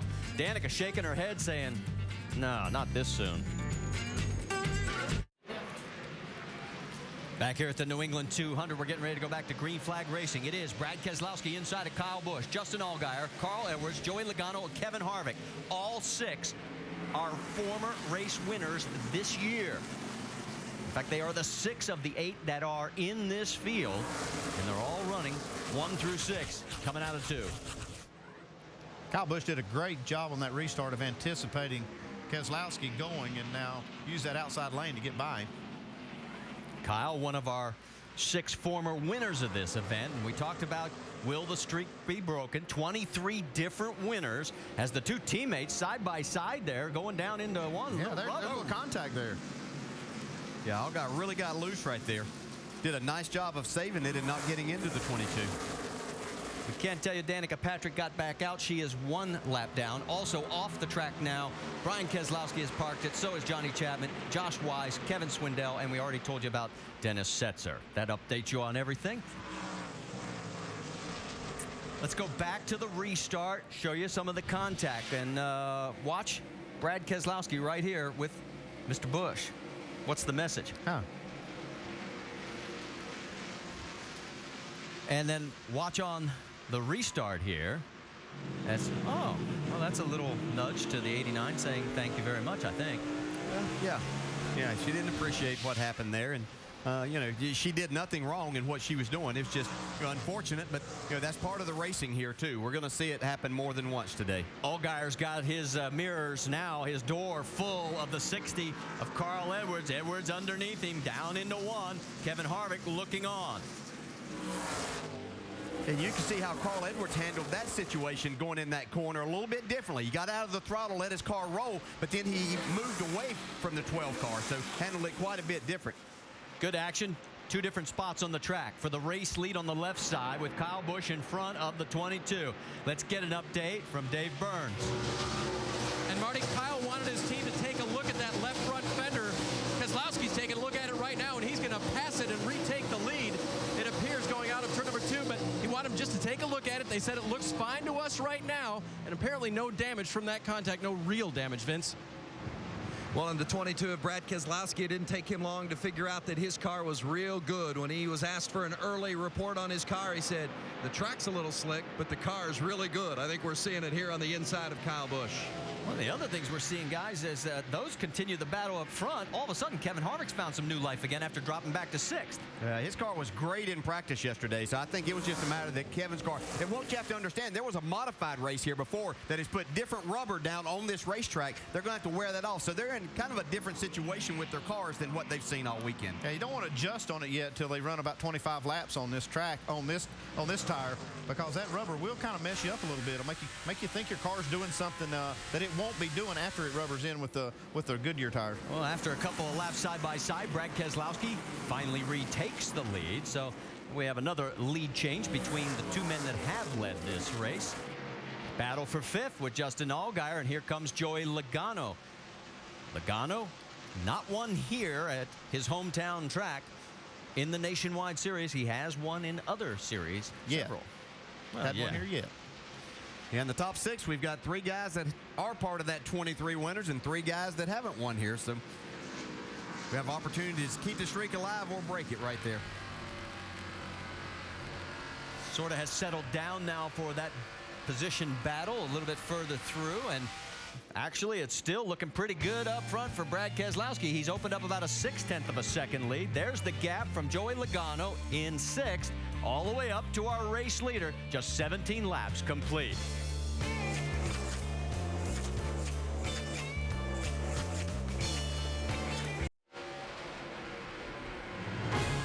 2010 FIFA World Cup continues with the round of 16 on ESPN and ABC tomorrow. First on ESPN at 9:30 a.m. Eastern. Epic matchup. Germany takes on England. Then on ABC at 2 Eastern, Argentina and Mexico. 2010 FIFA World Cup on ESPN and ABC tomorrow. And we can tell you right now it is 1-1 between Ghana and the U.S. Landon Donovan has scored for the United States. Battle for 5th is heating up. Justin Allgaier and Joey Logano. Logano on the inside, and it looks like he's finally going to be able to clear him. That's been going on during the commercial break. And also during the commercial, we can tell you Kevin Harvick got around Kyle Busch to take over 2nd place. So whatever Kevin's problem was there, that little stretch where he dropped back to 6th, it's over. Yeah, I think Kevin's car was probably just too loose. He got himself in a situation where a couple of cars got around him, and now he's the fastest car on the racetrack as he's right on Brad Keselowski's bumper. Coming up on lap traffic there, that's the 43 of Brad Baker. And Vince, let's get an update from pit road. Well, just as you were talking about that 33 of Kevin Harvick. Harvick did say he was a little bit too loose at the start, but his crew chief Ernie Cope was telling me earlier today that's one of the areas of advantage for this 33 team because of Harvick's experience, and he likes to drive a loose race car. Plus, they set it up to be loose or free early on in the run because as the fuel burns off, the car generally is tightening up. They've done some things with this car in regards to testing at some of their previous races. They really feel like they found something in the setup, and Ernie Cope, who you see on the left side of the screen, was very confident they were going to have a car to deal with today, and it certainly looks that way early on. It does right now as he has pulled back up very close to our race leader, Brad Keselowski. Let's update you on one more park as David Gilliland has taken the 91 behind the wall. Battle for 15th as we move deeper in the field, and that is, of course, the 62 of Brendan Gaughan. Jason Leffler underneath him in the 38. Yeah, Brendan's gone. He's been running well the last few weeks, so doesn't look like that little contact he had with the wall was too bad for him. See Leffler trying to go on the inside. Yeah, we know Brendan Gaughan likes that outside lane. That's working here pretty well because they have a little more banking on this track as you move up in the lanes, and Brendan can take that to use it to his advantage. 35 of Jason Keller going underneath. Jason had qualified 13th. He had a good qualifying run, and he looks like he's got a good race car. Yeah, previous winner here. So knows how to make his way around this racetrack. And this is, even though we talk about this as a mile track, this race is like a short track. Every driver and crew chief considers this a short track, so that's how you set it up. And nobody better on the short tracks over the years than Jason Keller. And Jason leads all drivers with 18 starts here and now 24 Nationwide Series races. Let's go up to the battle for fourth because Joey Logano has already gotten around Justin Allgaier about 4 or 5 laps ago. Now he's knocking on the door as he is right up there with Carl Edwards, and underneath him, here we go. I got to kind of put him in the same category as Harvick. His car seems to be better the more laps that they put on it. Kind of set the car up loose and be better at the end of the run. Yeah, and we heard him on the countdown show say that was his problem last year whenever Kyle Busch beat him here, that his car wouldn't go for the first 10 laps. It took him, and so he lost so much time that. But in a long run, he felt like his car was really good. He was hoping they might be a little quicker after a restart today, but you can see his car's doing very well now. Moving back to Justin Loudon, he is in the 27 Baker Curb machine, and Loudon, of course, was the 09 ARCA champion. He won 6 times, and he's making his 3rd Nationwide Series start. Dave, what's the latest? Well, Marty, the latest is that this car is a little bit tight off the corners for Justin, but when they lost their sponsor 3 weeks ago, they had to make some cutbacks on the team. John Reese, sitting there in the chair, the car chief, became the crew chief. But today, he's got some extra help from the Sprint Cup side. Sitting next to him, Greg Biffle, a guy that started 10 races for them this year and finished 2nd twice. Why is Biffle here? Well, he's partially here for race strategy, but also to tell potential sponsors, hey, if you come back on board with Baker Curb Racing, I will be there. I want to race with these guys. All it's going to take is a little cash. And you saw as that was going on, you saw Danica Patrick. She's now 2 laps down as the green flag run here has gotten longer. And it is Kevin Harvick right behind race leader Brad Keslowski. 3rd place there in your picture. The 18 of Kyle Busch, then Joey Logano, Carl Edwards, Justin Allgaier. Yeah, when Danica went down a lap or another lap there, it was a little tight spot getting into turn 3. Looked like she was going to maybe give him the outside, give Keselowski the outside, and she Keselowski wanted the inside. Well, and the bad news there is now she's no longer in position for the lucky dog. And so now she's really going to have to keep working and hoping that a couple of cautions come around. Here's what it looked like. Let's go back. You can see Keselowski kind of committed to the bottom. No problem, though. Yeah, she ended up giving room, but it's a little closer than that, as you can see, as you get down into the corner. I think you just get a sense of the frustration there that this is a huge learning curve. Everybody has talked about it. You talked about it on Countdown. This is probably the most difficult track for her to come back on after being gone 4 months. Well, it's just a difficult track, period. I mean, everybody that comes here, I mean, can tell you how hard this track is. It's just, you know, when you're dealing with a flat, fast racetrack, it's just hard, really, to get a hold of. Joey Logano has now cleared her, and he maintains his 4th position. Here comes Carl Edwards working his way around the 23 of Robert Richardson Jr. and also now on Danica. Justin Allgaier right behind. Yeah, and with the other 3 tracks just stay up high in the 3. You got the 61 back. He'll go to the bottom up here. Just leave the bottom open for him. Just looking inside. See, as Carl Edwards goes around there. But the other 3 tracks where there was banking, she learned what adjustments would help her car in certain situations. Those adjustments don't really work on this racetrack, so she's having to really relearn that too. So this is just a learning experience. She's gotten better all weekend long, so things are getting better. And even though she's getting past here and getting lapped again, I think she's still doing a nice job out there, Doc. And DJ, exactly right. They took her to Milwaukee, another track that is very fast and very flat, and then to try to help her understand the steep learning curve. And she was doing really well on that Tuesday a week ago, and she pancaked the right side of the car, basically destroyed the car. That made her a little timid coming here as far as getting in the corner. But the next day at Milwaukee, by the way, they took a backup car out, and she was running laps close to what some of the Cup affiliated teams were running. So all Tony Eury Jr. said was, Danica, it's all about getting laps on this very tough racetrack and trying to learn to turn this heavy stock car. Every time I go low, I just get more understeer, so like I can't pass him. Pass him up top. Set him up. Drive it in a little deeper or try to get a run on the outside of him. So some tips from the crew as Danica Patrick continues her learning process. Meanwhile, up front, we can tell you Brad Keslowski and Kevin Harvick are right now about 1/10 of a second apart, as we're also looking and checking in right there on the 21 of Austin Dillon. Dillon in the 10th position.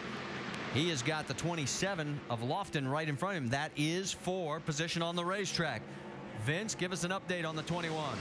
Well, Austin Dillon's a good story. Of course, this 21 we've documented throughout the Nationwide Series, trying to stay alive in regards to sponsorship for Richard Childress Racing. Austin Dillon is Richard Childress' grandson. He's just 20 years old, running full-time in the Truck Series. This is his first Nationwide Series start this year. The team told him earlier, pick up a 10th and you're going to be good. He's been competitive so far.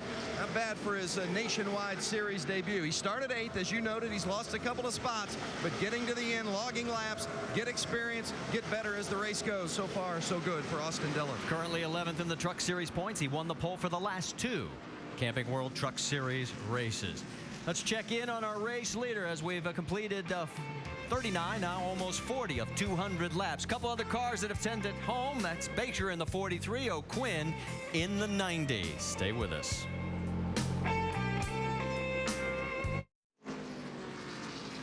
Here at the New England 200, we got to talk to these guys about not passing during commercial. Kevin Harvick got around our race leader, Brad Keselowski, and then Kyle Busch followed suit. So we've had a shuffle in the top 3, and there you see them.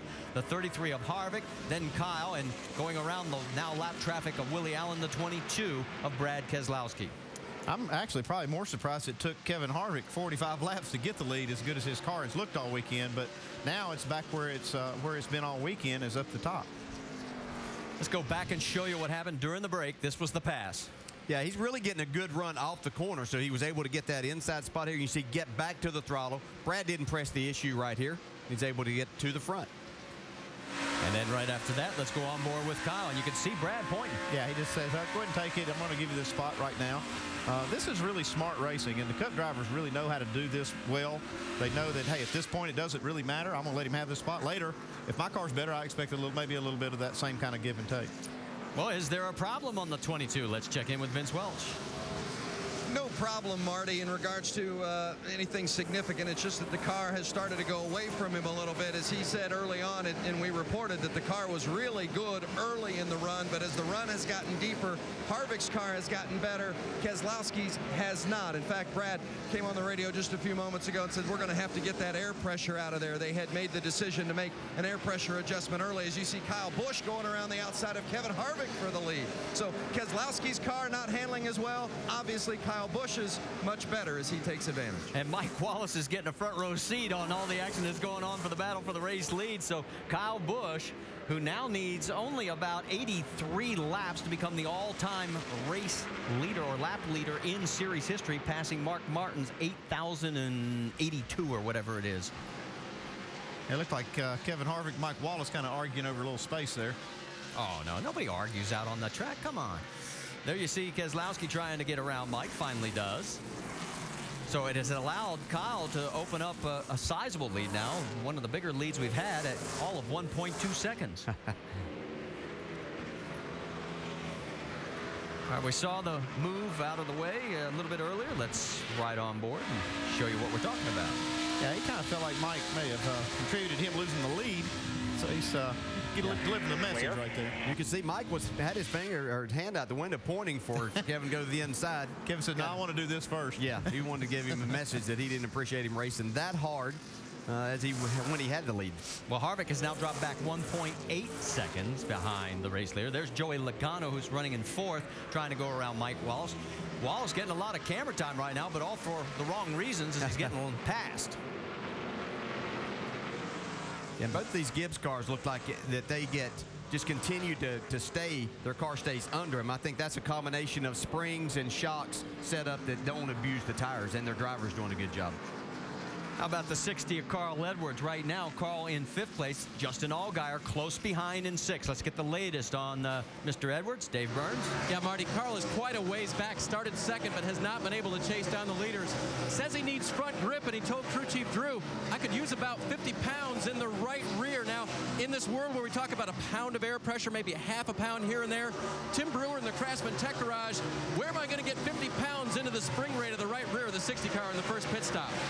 That's pretty simple, Dave. What we try to do, folks, before the race, in practice, we want to see what our car reacts to, so that the determining length of the hardness and the length of the rubber, when we insert it in here, we can put 50 pounds of spring rate right here. And we've got them hanging, so we just simply insert them on a pit stop. But what he's trying to do, by increasing the spring rate here, it goes directly to the left front. And what he's trying to do is plant that left front tire into the racetrack, making the car turn better. All right, thanks, Tim, for the update. And you can see Justin Allgaier has gotten around the 60 of Carl Edwards, so it's still a bit of a struggle for Carl as they're going to have to try and work on this. Yeah, and if you get the car, he's probably tight through the center of the corner, and if you get the car tight there, it slows you down, and then that hurts your exit speed. You have to wait to get to the throttle, too. Yeah, Brewer is doing that little kind of a tutoring thing on how to make these cars handle. I remember one time he told me, he said, remember, Andy, right rear go down, left front come up, car push. I've always remembered that. We got 25 cars on the lead lap as you're on board with Carl Edwards. And, of course, we talked about the threat of rain, although we've seen just a few light drops. We're getting closer to the halfway point. We're at lap 55. Dr. Jerry Punch, what are you hearing down in pit road about strategies? Marty, we're about 20 laps away from what will be a scheduled pit stop, and now several crew chiefs here, not those guys in the top 5, but from there on back, are talking about maybe rolling the dice. Remember how important track position is here? Well, with rain in the area, are they going to race to lap 100 and halfway? Some of them say, you know, we just might. We might roll the dice and take only 2 tires on that first stop to try to get up there and get some track position if the rain was to come at halfway or just past. They're talking about it here for that pit stop coming up in about 20 laps.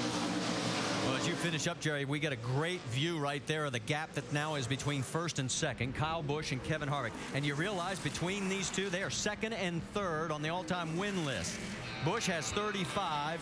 Harvick has 36. Quick quiz, who has the all-time list? Kevin Harvick. No. Number 1 in wins is Mark Martin. Come on. Stay with us. Coverage of Major League Baseball continues tomorrow and Monday night. First on ESPN's Sunday Night Baseball at 8 Eastern. Joe Girardi's Yankees head west to take on Joe Torre's Dodgers as part of the ALNL Showdown presented by State Farm. Then on ESPN2's Monday Night Baseball at 7 Eastern. 2 of the game's brightest young rookies face off. Steven Strasburg leads the Nationals against Jason Hayward and the Braves. Major League Baseball on ESPN tomorrow and ESPN2 Monday. Also available on ESPN3.com. Just past a quarter distance into today's NASCAR Nationwide Series 200 lapper at New Hampshire Motor Speedway. Kyle Busch is out in front, one of 3 different leaders who have traded the lead 4 times. He's opened up about a second and 2/10 of a gap back to second place, Kevin Harvick. Third position has just changed hands as well. Joey Logano has gone through Brad Keslowski. Time for us as we close in on that first set of pit stops to get you up to speed from Nationwide Insurance. We check in on the leaders, starting with Dave Burns, who's covering Kyle Busch today. Dave? Yep, and Alan, after having a less experienced driver in the car last week, the team is happy to have back their experienced driver who has won 5 times this year, Kyle Busch. Jason Ratcliffe told me it takes the pressure off the team in a lot of areas. Don't have to remind him to watch his pit speed, remind him about spinning tires on restarts, pit entry, etc. And in a lot of ways, it's back to normal for these guys leading the race. Vince? Well, Kevin Harvick in the 33 already has a donut on the driver's side of his car from some earlier side-by-side racing, but the car has been good. Harvick said he needs to take off a little bit better, but otherwise it is good, and that's just what Ernie Cope, his crew chief, talked about earlier in the race. They were going to start it off free and let the car come to them. Dave? Vince, Joey Logano is up to third now with some of the fastest laps running the race so far. Kevin Kidd, his crew chief, and him have really gotten better at working together as the years goes. In the final minutes of final practice yesterday, Kevin wondered out loud to Joey on the radio about combining 2 ideas that they had talked about. Joey said, that's exactly what I was thinking. Let's do it. It was the direction that paid off for them, and it's what made this car as fast as it is today. Vince? Brad Keselowski currently running 4th. He led 38 laps earlier today, and then the car started to go away from him a little bit. He says he needs to turn the center a little bit better and be quicker on the restart. It's the same car he drove to that dominating victory in Richmond. He looked like the dominating car to beat early in the race. As mentioned, led 38 laps. Brad Keslowski still got a good car, even though he's dropped to 4th. The 12 of Justin Allgaier is 5th. He says the drive-off is great. They are looking forward to that first pit stop, though. You know, this is just his second time here at New Hampshire in the Nationwide Series. Last year, he said it really took him the first half of the race to get used to the track and how to drive it. But then the car got a lot better, and he got a lot better in the second half of the race, and he got that 13th place finish. They expect better today. Dave Burns? Vince, just a little while ago, Tim Brewer told us how to get 50 pounds of spring rate in the right rear. Sounds like Drew Blickensurfer, Carl's crew chief, is going to go a little less than that with a wedge and air pressure adjustment to try to achieve what they're getting at. Perhaps doesn't want to take as big a swing at this point in the race, but remember, this is a short one. They may only have 2 chances at making the car right. Doc? Back in 7th spot, Reed Sorensen started 12th, got all the way up to 7th spot and said it won't go anymore. To quote Reed, he said, "I am just getting killed on the straightaways. I cannot get off the corner." And now it is sliding the nose. Plus, it got a window brace loose on the back of the car. They are planning their first pit stop in 4 laps to make adjustments to the car. Vince. Doc, the 66 of Stephen Wallace is running 8th. Their best finish this season, 6th. Stephen desperately wants to crack the top 5, and they felt like they had a car that could do it today. They've really made some strides with a couple of recent tests at Pikes Peak and Milwaukee, where they feel like they made gains in the sway bar and the front spindle areas. They put those changes on the car here today. They thought they would have a better car, and it's been good, although it's a little tight in the middle right now. Dave? Justin Lofton started 9th today, gained a couple of positions, but then fell back.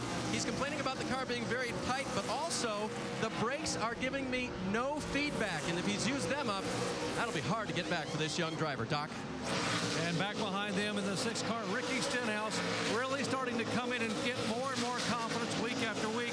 Stenhouse driving the same car that he logged his only top 10 finish thus far this year. That was a 9th at Phoenix. His career best finish came on a flat, fast, 1-mile racetrack at Milwaukee a couple of years ago. He likes this kind of track. Vince. The 88 of Elliot Sadler is running 11th. This is his first of 10 races for Junior Motorsports, and he's really excited about this opportunity. And the opportunity to work with Tony Uri Sr. as the crew chief. Pops has really had a good season when you look at what the 88 has done and the variety of drivers that have been in there. Even when Jamie McMurray stepped in the car, they really stepped forward, and they believe they can do the same with Elliot Sadler in the 88. He says right now it's tight rolling through the center and loose on the exit. Marty? And 1 position further back, Austin Dillon started 8th, still got a good run going. He is currently 12th. We have 20 cars on the lead lap, 8 cars out of this race. And just give you a quick verbal update, Danica Patrick, 35th right now, 3 laps down. Race leader Kyle Busch has opened up a 4.1 second lead. This spells trouble for everybody if we continue to have long runs, because this has been the definite killer on long runs right now, the 18 car. Yeah, he's been anywhere from a 1/10.5 to 2.5 tenths faster per lap for quite a while now, and that's opened up that big lead. So Kyle's doing a great job of driving the car, and they've got a nice setup under it for him. While all this is going on, there's Kevin Harvick, who is in 2nd place, trying to get around the 70 of Mark Green. We can tell you that Tony Raines has pulled on to pit road, and he is taking his first pit stop. He's shown in a 23rd position when he came in. Michael Annette has come into pit road. He had a birthday just this past Wednesday. Happy birthday to him. And I think, what is it, Monday or Tuesday? Another birthday. Junior Johnson. He'll be 70 years old. Happy birthday to Junior. Vince? Up 14 spots from where Michael Annette started today, and they believe that this team is ready to break through for a good, strong run. They've been hovering around it. Tight on exit. They made an air pressure change, pulling out that right front fender as well, Doc. And Reed Sorensen, the first of the top 10 cars to make a pit stop. They don't get a good fuel mileage as some of the others, the Chevys and Dodges. Make a wedge adjustment, air pressure in the rear. They're going to change all 4 tires. They're trying to get that thing to get some grip coming off the racetrack. Dave. And the 38 car could not wait to come to pit road. They're going to make a wedge and an air pressure adjustment. No front grip at all for the 38 today. And while all this continues, Kyle Busch just continues to motor on. He's completed 76 laps now as he comes this time by And there you see the view as other cars are making their way to pit road. The 99, there you see Trevor Bayne as he's come in. The 05 of Willie Allen is already a lapper down. And let's go to Dave Burns. Trevor Bayne in all of his youth saying the car is way tight. That'll be a track bar and air pressure adjustment for him. Behind him, leader Kyle Busch comes down pit road. Air pressure adjustment, left front fender fixed as well. As tire changer goes to the left front, he'll take the tire off. They'll try to give it a little tug before he heads off of pit road. They do it, and he's gone. The 33 of Kevin Harvick, he's been in the front today for some time. He likes his adjustment. They're going to change 4 tires. And remember, he said he needs it to take off a little better. Dave. Carl Edwards' crew finishing up now in their 4th tire spot. Stop. It is a wedge and air pressure adjustment for him. Joey Logano also on pit road. They called for track bar and air pressure adjustment for Logano. They will go to the back of that car with the wrench. The air pressure adjustment already made for Joey. Joey complaining just a little bit about his car, about a 1 tight on entry. The exit so-so, according to the driver. They don't want to change too much because it was very fast during this last run. Paul Menard is on pit road too, guys. They'll make a 4-tire change for Paul. A wedge and air pressure adjustment for the 98 car as well. And you see the problems for Austin Dillon as they have major problem on the left rear of this car. Yeah, so, you know, they just weren't quite finished with the pit stop when they pulled away. They have to, even though they're pitting out of the box, they have to get that tire on. Brad Keslowski has pitted, and so is the 12 of Justin Allgaier. Vince? Well, it's a big help for Brad Keselowski. He's got an open pit spot ahead of him and one behind him, so it's clean on entry and exit. Says he needs to turn the center better and be quicker on the restart. They're going to make an air pressure adjustment, a 4-tire change for the 22 of Brad Keselowski. So right now, Ricky Stenhouse Jr. has stayed out. He is shown as the race leader. Of course, Austin Dillon's going to get a penalty for pitting outside the box, but they had little choice. They couldn't do much with the way the car was sitting. So a tough break for him. First 3 cars have not made their pit stops yet. Well, Stenhouse and Colin Brown running first and second. We mentioned the fact the penalty, and there goes Stenhouse as he is being followed by Elliot Sadler down pit road. Let's send it down to Dr. Jerry Punch. Doc. Ricky Stenhouse said that they're sliding a nose on the car. They're going to make a major air pressure adjustment, both front and rear, to try to fix it. It'll be 4 tires. They top it off with Sunoco fuel. Very good gas mileage. Remember that for this 6th car here today at New Hampshire. Vince. There's the 88 of Elliot Sadler, tight rolling the center, loose on exit, a pound up in the right rear and a ½ pound out of the right front. It's going to be a 4-tire stop for Elliot Sadler in the 88. And 16.1 seconds on the clock, and you can see some of the other cars. There's Mike Wallace as he has made his stop, and you're saying, okay, who is the race leader? Well, as the cycle through, there is Kyle Busch, as he is our 6th different leader as we've had that total, and 9 lead changes so far today. Right behind him by 7.5 seconds is Kevin Harvick. And the lead going in. Get you caught up on what's happened so far with a 5-hour Energy Rapid Recap. First, we focus on Danica Patrick, qualified 25th in time trials earlier today, making a return to stock car racing after 3 months away, focusing on Indy cars. See right side of the screen, Kyle Busch comfortably out in front. Lap 7, the day went tough early for Danica. Just trying to get sorted out. Morgan Shepherd goes down in the corner and gets out from underneath him. He gets into the right rear or left rear of Danica, takes her out early and puts her down. She had she was just trying to find positioning and got taken out. Lost a lap on pit road getting repairs, has since lost another lap, actually another 2 laps on the racetrack, and for the moment the driver of the 7 cars back in 33rd position, 3 laps down after getting roughed up in the early going at New Hampshire. For Kyle Busch, he's one of 6 different drivers that have traded the lead 9 times. That number kind of escalated through a series of green flag pit stops we've just completed.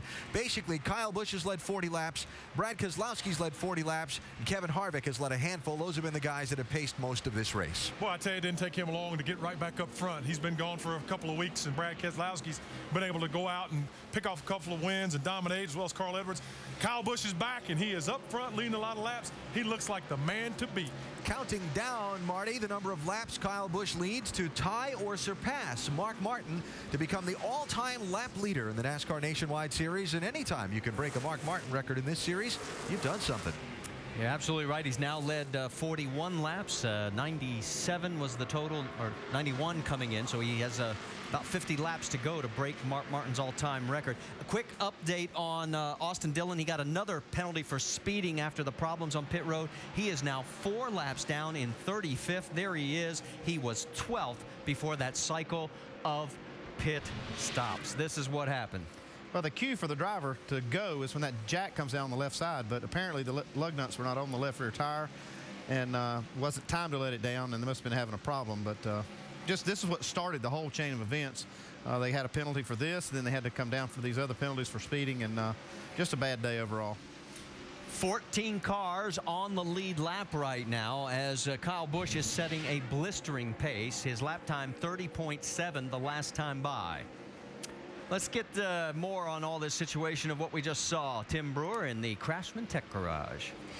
Thanks, guys. The jack man controls that pit stop. When you come around from the right side over to the left side, once you get the car up, the jack man, he probably glanced back at the left rear tire. Okay, that guy's in pretty good shape. He's paying attention to the guy at the left front. But the indicator for the driver to leave is when you drop the jack. And apparently, the left rear guy had an issue between the jack guy's glance over, and that's what got him in trouble. But in Austin Dillon's defense, when the car comes down, he's supposed to leave. He did exactly what he's supposed to do as a race car driver. Guys?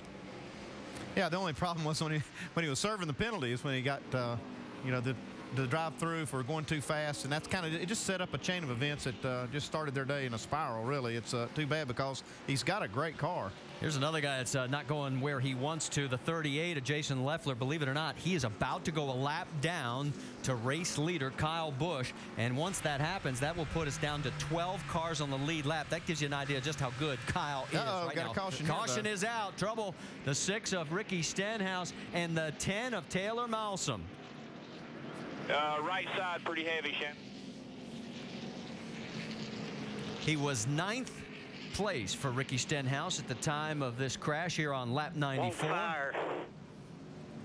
Yeah, there are flames underneath there, Taylor. I think it might be advisable to find the nearest fire hydrant. Well, he's got a lot of sparks coming out from the car. You can see the right front control arm is just take broken. it to the garage, guys. Yeah, they're done for a while here. Yeah, it's a shame. Ricky Stenhouse was doing a nice job today, having a good, solid run, which is exactly what he and his team needed with that City Financial Ford. Yeah, this is the last thing they needed was being another accident because he was running well. Right now, he is able to get it refired and has enough power and enough clearance in all the wheel wells to hastily get it back around. That big lead of Kyle Busch's, and let's go back and talk about that. When he came into the pits the first time under green, 4.2 seconds. He comes back out after the cycle through at 7.3. Well, I'm sorry, Dale. That's probably a combination of doing an excellent job of getting off the racetrack for Kyle Busch and back out, and his crew has really all year been one of the best, if not the best, crew on pit road. Yeah, and I was going to say he does that week in and week out, and that makes a huge difference, and that really pumps up the pit crew too when you have a driver that does all of that, right, Andy? When you got a driver like Kyle Busch, everything he does pumps you up. That's right. Well, good news for Jason Leffler. He was able to stay on the lead lap, and the lucky dog from Aaron's is going to go to the 27 of Justin Laughlin, so that'll give us 13 back on the lead lap. Here comes our race leader, Kyle Busch, followed by Kevin Harvick, also Joey Logano.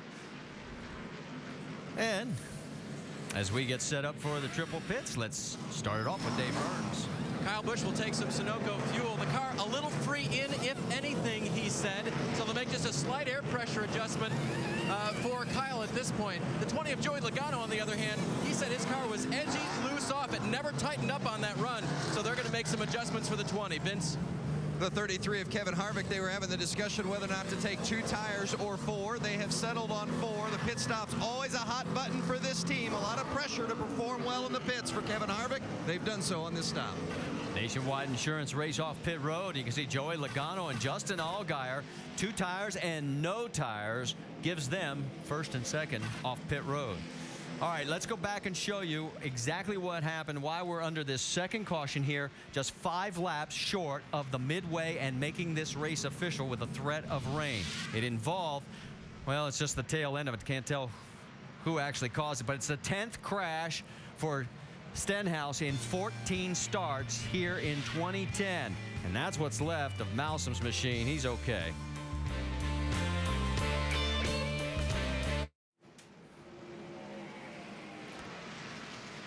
Welcome back to the New England 200. Make sure to go to NASCAR.com for all your latest NASCAR information. The second caution caused by the two-car crash. Ricky Stenhouse Jr. back out on the track. He's now in 22nd position, 1 lap down. And remember, he was 9th when this happened. Let's check in and find out why Brad Keselowski did not pit. Vince? Well, the first two, Kyle Busch, Kevin Harvick came. Brad Keselowski did not. Paul, what was behind the decision to keep him out? Well, we're getting really good fuel mileage again this weekend, and we had pitted a couple laps later, and then with only about 10 green flag laps on the tires, we feel like that was the right call for us right now. We weren't in a window where we could make it on one more stop. So, thanks, Paul. Marty? All right, let's get 7 waiver rounds. Mike Wallace, Sean Case, Brendan Gaughan, Mike Bliss, Colin Brown, Morgan Shepherd, and Jason Keller. That gives us 17 on the lead lap. So Brad Keselowski, Elliot Sadler did not pit. You think this strategy is going to work there, crew chief? Well, I think it's the right strategy for this time of the race. And, you know, Kyle Busch has had the best car in the long run. This is the best way to get track position. How about the Verizon Wireless Customer Text Champion to 43776? You can have exclusive champion chats from our NASCAR Now roundtable of experts. Well, one thing you can hang your hat on, if it does rain, we are official next time by. And Brad Keselowski's team would look like a bunch of geniuses. Yeah, they would. All right, let's reset it for you. It's Keselowski and Sadler up front, and Keselowski's taking the low line. Inside, then it's Justin Allgaier, Joey Logano, Kevin Harvick, Kyle Busch, Carl Edwards in 7th, Stephen Wallace 8th, Trevor Bayne, and Paul Menard rounding out your top 10. Pace car is pulled off. We're on the hammer, and we're back to green flag racing here at New Hampshire.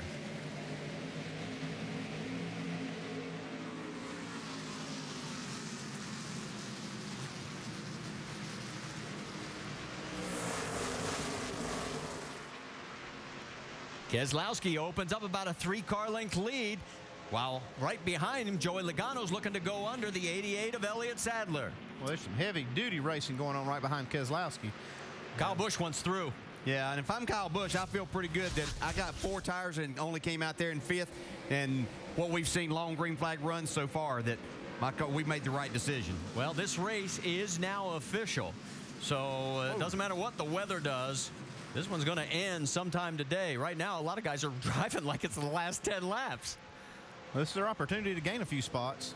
This thing gets strung out, it's really hard to pass. I mean, we saw a while ago Kyle Busch put everybody down a lap except the top 14. Wow. Did you see the Roush cars just zipping around high and low? As we said, there's a lot of racing going on here at New Hampshire. Battle for third between the Joe Gibbs Racing teammates. You got Kyle Busch right in front of the 20 of Joey Logano, and there is second place, Elliot Sadler. Now remember, Sadler stayed out. Yeah, Elliot's doing a nice job in his Dale Jr. car for the first time. They stayed out and looked like his car didn't fall off much, and that was probably somewhat behind the decision that they made, that they're not that great on new tires, but the car stays with them. Yeah, we're talking about crew chief decisions. I really do agree with you on the 18. I think they made the right call to get that car in, get 4 tires. And I think the right call for the 22 was to stay out, because they didn't really have the track position, and it's worth a lot. It's actually worth speed. If you can look at, Keselowski already has almost a 2-second lead since the restart. Well, and you saw that Kyle Busch has already cleared the 88. Here comes the 20 also as Logano goes through. Here comes Carl Edwards following, and Kevin Harvick right behind as well. While this is going on, let's find out what happened with Taylor Malsom and Ricky Stenhouse. Doc, you've caught up with Taylor? I have, back in the garage area, Marty. His Toyota spinning on lap 95. Taylor, what happened? I don't know. We're just trying to run laps. You know, I haven't been here much. I haven't been in these cars much. I'm just trying to get situated with them and figure them out, and we just got dumped by the 6, I think. Nothing our doing. The guys did a good job of giving me a car I could race with and just trying to log laps what we're doing. Why would he dump you? I don't know. You have to ask him, I guess. Okay. Not very happy back here in the garage, Marty. Well, we'll have to wait to talk to Ricky Stenhouse. He's still out there right now. For Taylor, top 15 finishes in 2 of his 3 prior NASCAR Nationwide Series starts. All this action still going on. Paul Menard's in the thick of it, along with Kevin Harvick and the 12 of Justin Allgaier. Trevor Bayne trying to stick his nose in it as well in the 99. And we're seeing another situation here where Kevin Harvick's car is just not that good on fresh tires. It takes him time, but he's in the middle of a lot of cars that are pretty good. Well, we saw that in the first run, Andy. He slid back and then all of a sudden started coming back about 10 more laps. Yeah, but I'm afraid on this run he's losing a little bit too much ground and too many spots. It's taking a lot of time to get by Paul Menard. Paul took 2 tires the last time he came in. And you can see, I mean, not really hurting Menard. I mean, he's still running fast.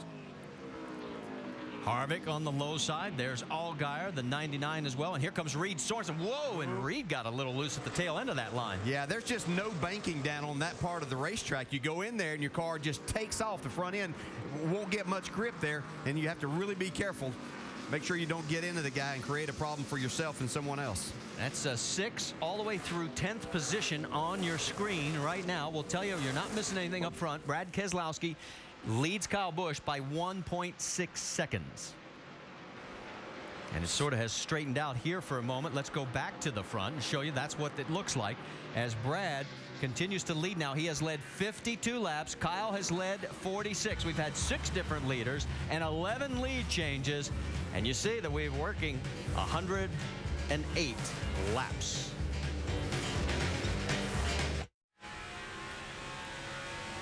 Let's talk about what's going to happen on ESPN2 with the Summit Racing Equipment NHRA Nationals qualifying tonight at 7 Eastern, the finals tomorrow at 7 Eastern, then NASCAR Now tomorrow morning at 8:30 a.m. Eastern, that also on ESPN2. Then next week, NASCAR Nationwide Series, the Subway Jalapeno 250 at Daytona, Friday, 7:30 p.m. Eastern Time, and the Eyes Out IndyCar Series at Watkins Glen, Sunday afternoon on ABC at 3:30 Eastern.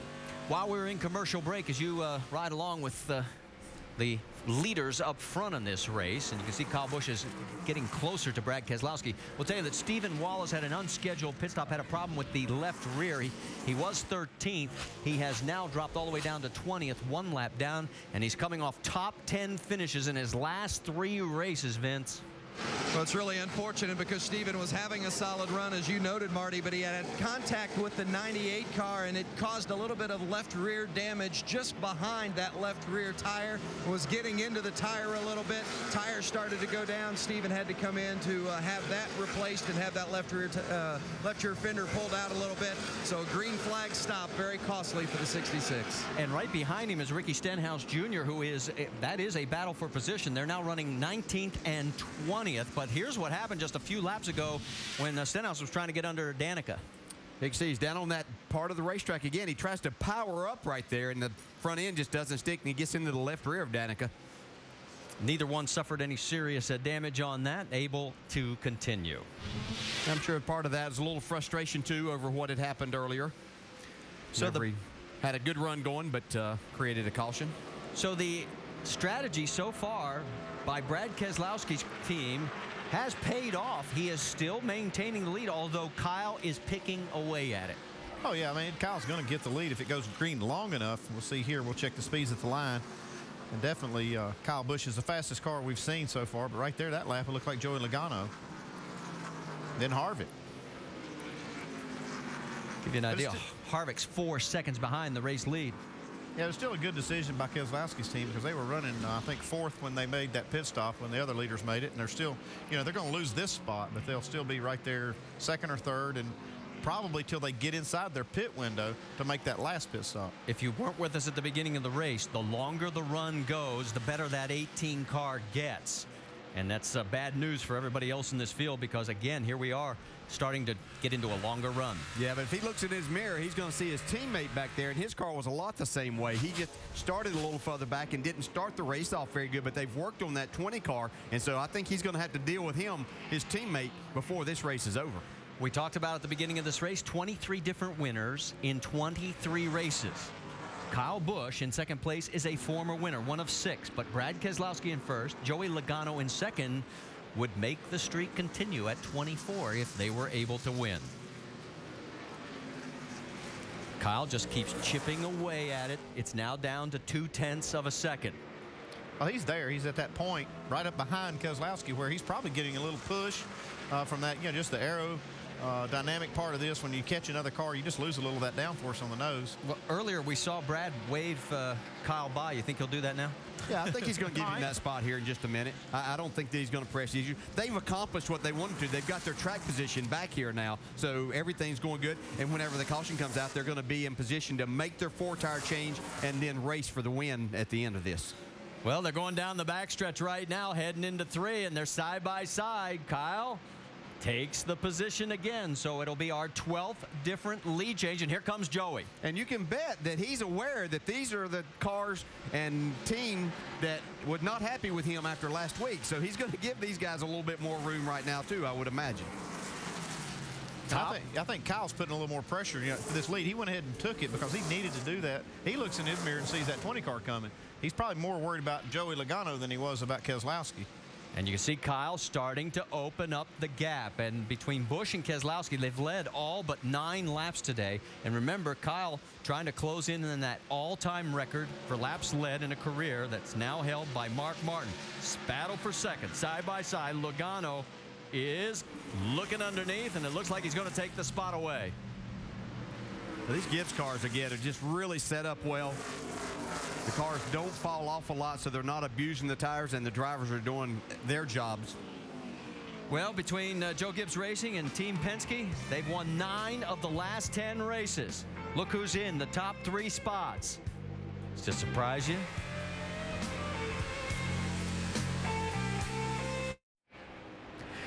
$73 laps to go in the New England 200. Make sure to go to NASCAR.com for all your latest NASCAR information. You're looking at the race for the lead. Kyle Busch leading Joey Logano 18 and 20 respectively for Joe Gibbs Racing. This race last year, Logano dominated much of the day. Kyle passed him with 35 laps to go. Can the kid turn the tables? Boy, it looks like the tables may be turned today. Who knows? But I tell you what, don't forget about the car in 3rd place. Brad Keselowski. I think he's just sitting there riding. One more pit stop, he may be able to go get him. And Kyle Busch still chipping away at that Mark Martin record for most laps led ever in the NASCAR Nationwide Series. We'll keep an eye on the race for the lead. If it heats up, we'll take you to it. First, we want to check on some of the other cars running a little bit deeper in the field. Dropping all the way back to 10th place, Reed Sorensen in that 32 car, Doc. And Reed's doing double duty this weekend, driving the 83 car for the Red Bull team in the NASCAR Sprint Cup Series. He'll be in that car, by the way, the next 3 Cup races today. Trouble with the front end on that 32 car. They made a wedge adjustment, a track bar adjustment, an air pressure adjustment, and the front end is chattering now and will not turn in the corner. He can go to lap 173 if he has to. Right now, they are in their fuel window to pit and go the rest of the way. Dave. Doc, his teammate Jason Leffler has been kind of on both extreme for his race car. It was really tight at the beginning of the race, but it was really loose on the last run. He said, you know what? It was actually better when it was tighter. I'd like it to be balanced, but if we could just get it toward that, that'd be great. But I'll take a tighter car. Tighter car over the looser car. As for the 27 of Justin Lofton, he's been getting a pretty good run through the day. The brakes are holding up a little bit tight in the center right now. And one thing that has changed, Greg Biffle has been speaking up a little bit more as far as driver coaching this young driver around this flat 1 mile oval. Biffle not so vocal in the early part of the race, but now really giving some driving coaching to Justin Lofton. Doc? And back behind them, Brendan Gaughan. We told you he's coming off back-to-back top 5 finishes for the first time ever in his NASCAR Nationwide Series career. He dodged the bullet about 5 laps ago. He radioed, so I think I got a left front tire going down. Turns out it was some debris on the tire. It started to slip and slide. It's gone away. Now they can go to lap 160 on fuel. He said right now the car still needs more side bite. Dave. Doc, Mike Bliss won't be able to go quite that far in the 40 car. He was one of the cars that stayed out and took the wave around of the last. The car is pretty balanced, but they would also like to get a little bit more speed out of it. And how about the effort for Colin Brown in the 16 car, coming off back-to-back top 10 finishes and an 11th last week at Road America, despite being in the pea gravel late in the race. Quite a comeback. He is trying to just finish races and get better and better finishes. Right now, he says the car simply is a little tight off the turns. They can go to lap 170 as well on fuel. Dave. Jason Keller making his 504th start of the Nationwide Series. Just talked to his crew chief, Brian Berry. Car's been a little bit tight today. They also stayed out and took the wave around. And remember, when you do that, you cannot pit, so they didn't get a chance to work on it during that round of pit stops. Alan? Keller is last on the lead lap in 16th position. Up front, it is still Kyle Busch leading Joey Logano. Only 2 cautions in this race so far. The pattern is we're going to have one more, but it's not one of those late cautions if history holds and the numbers track true today here at New Hampshire.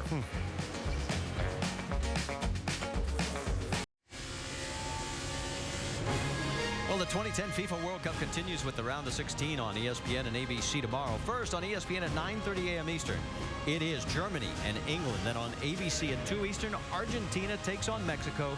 The 2010 FIFA World Cup on ESPN and ABC tomorrow. And all you tuning in after today's game, for those of you that did not watch, we will show you the bad news. America lost.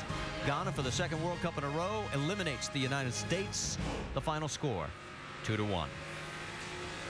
Let's talk about the battle for the race lead now, as we are now working lap number 140. Kyle Busch has about, that much over his teammate Joey Logano, and they have pulled away from Brad Keselowski by 5 seconds, guys. Yeah, with all this room that they have on the other cars, Dale, I got to think that Joey feels like he's maybe got a better car. He's been locked to the rear bumper of this 18, and it makes me wonder whether he's just trying to assess what he has here with this 18 and what he's got to do to beat him. Yeah, that looks a lot like that. He runs up to his bumper, but it may be more that he's losing the front end like you were talking about a while ago. It's a very difficult place to pass, especially when 2 cars are pretty equal. Coming up on lap traffic, the 89 of Morgan Shepherd. 5 times in 2009, these two finished 1 and 2. Notice where Kyle finished ahead of Joey. In the one and only time that he won this 1-2 matchup was right here at New Hampshire. Yeah, it's like Alan said, maybe he can turn the table right here. And remember, Kyle would become our first repeat winner in 24 races here at New Hampshire. Joey Logano could be our 24th different winner. On board right now with Stephen Wallace. We told you about the problems he had. He's running 18th. He needs to get around one more car, Tony Raines, to get the lucky dog position. He's 1 lap down, but a little bit earlier, it looked like he was trying to find his way through all this.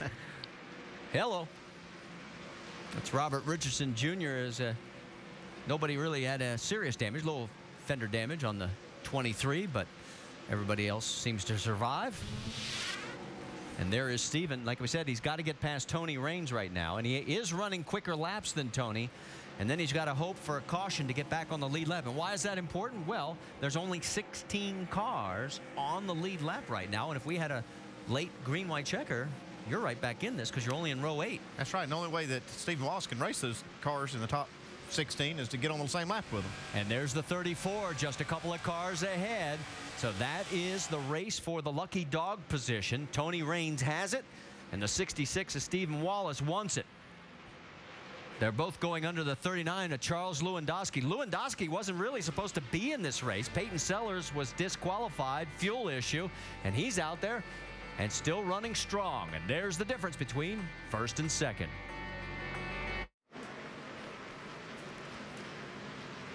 Back here at New Hampshire, we are under our 3rd caution now. As you can see, everybody at pit road has opened already, and the race leaders. Mike Bliss has an engine problem. Don't know exactly what the issue was, but he was 13th. Let's go down to pit road. Dave Burns. Leader Kyle Busch is in there talking about 2 tires. Kyle says, I don't know what it'll take for me to get away from him, but I just can't seem to do it till about 40 laps. They do take 2. 20 car of Joey Logano, they're talking about 2 tires as well. That'll be the same. He gets down off pit road behind his teammate, Vince. The 33 of Kevin Harvick, you see they're making a 4-tire change on the 33. Harvick says the balance is good, but he just can't go anywhere in traffic. That's the problem for Harvick. The 22 of Brad Keselowski, he says it just gets tighter and tighter as they go. They made a 4-tire change with a track bar adjustment. So the 2-tire, 4-tire strategy with 52 laps remaining here. And both Joe Gibbs cars, you take a look at the Nationwide Insurance race off pit road, hold station. Edwards, Harvick, Sadler, Menard, Allgaier pick up 1 each. Back here at the New England 200, that is what the team is working on with Mike Bliss, as our old late friend Benny Parsons would have said. He blowed up. Yep, what it looks like here. You see, Yeah, but Bliss kept saying he felt like he had oil pressure, didn't know exactly what it was, but he's in there trying to diagnose it. Our Aaron's Lucky Dog goes to the 34 of Tony Raines. Yes, he did hold off Stephen Wallace, but Wallace was one of several 7 waiver rounds. Kenny Wallace, Danica Patrick, Willie Allen, Stephen Wallace, Ricky Stenhouse, Eric McClure, Michael Annette, and race leader Kyle Busch and Joey Logano head for turn 1. Yeah, first time we've seen the leader choose that outside lane to restart in today. Kyle Busch trying to see if he can make it work. Kevin Harvick going to try the high side. Not going to get any help there for the race lead. Look at the freight train behind him. And boy, the 32 Reed Sorensen, he's getting eaten up right now. 2 cars have easily gotten past. Here comes Allgaier. See Harvick behind these 2 leaders. And here we go, a pass for the lead. Now Logano's got the advantage off turn 4. Drag race down the front straightaway, side by side. Harvick's got the best seat in the house. Kyle trying to take it back. Harvick's also got the best tires. He changed 4 tires that last stop, and these 2 cars took 2 tires. Carl Edwards right in this mix as well. And these 4 cars are opening up a gap over the 2 Penske teammates, Brad Keselowski and Justin Allgaier. And what you're seeing right here is 2 cars that are on 4 tires, Carl Edwards and Kevin Harvick, against the 2 Gibbs cars that are on just 2 tires that last stop. Yeah, that was really surprising, those 2 guys being the leaders. I would have thought that they might have taken 4 there because they weren't going to lose many spots, and they've shown that they've been able to pass, and it might have forced the other guys maybe to take 2 tires, and then they would have been in a better position. But well, they've had the best cars all day. The Gibbs cars have by far been the best cars, and they probably felt like if they just didn't give up that track position, even if they were just a little off with those left sides, they could still hold the lead, and they still might. I mean, they're still first and second.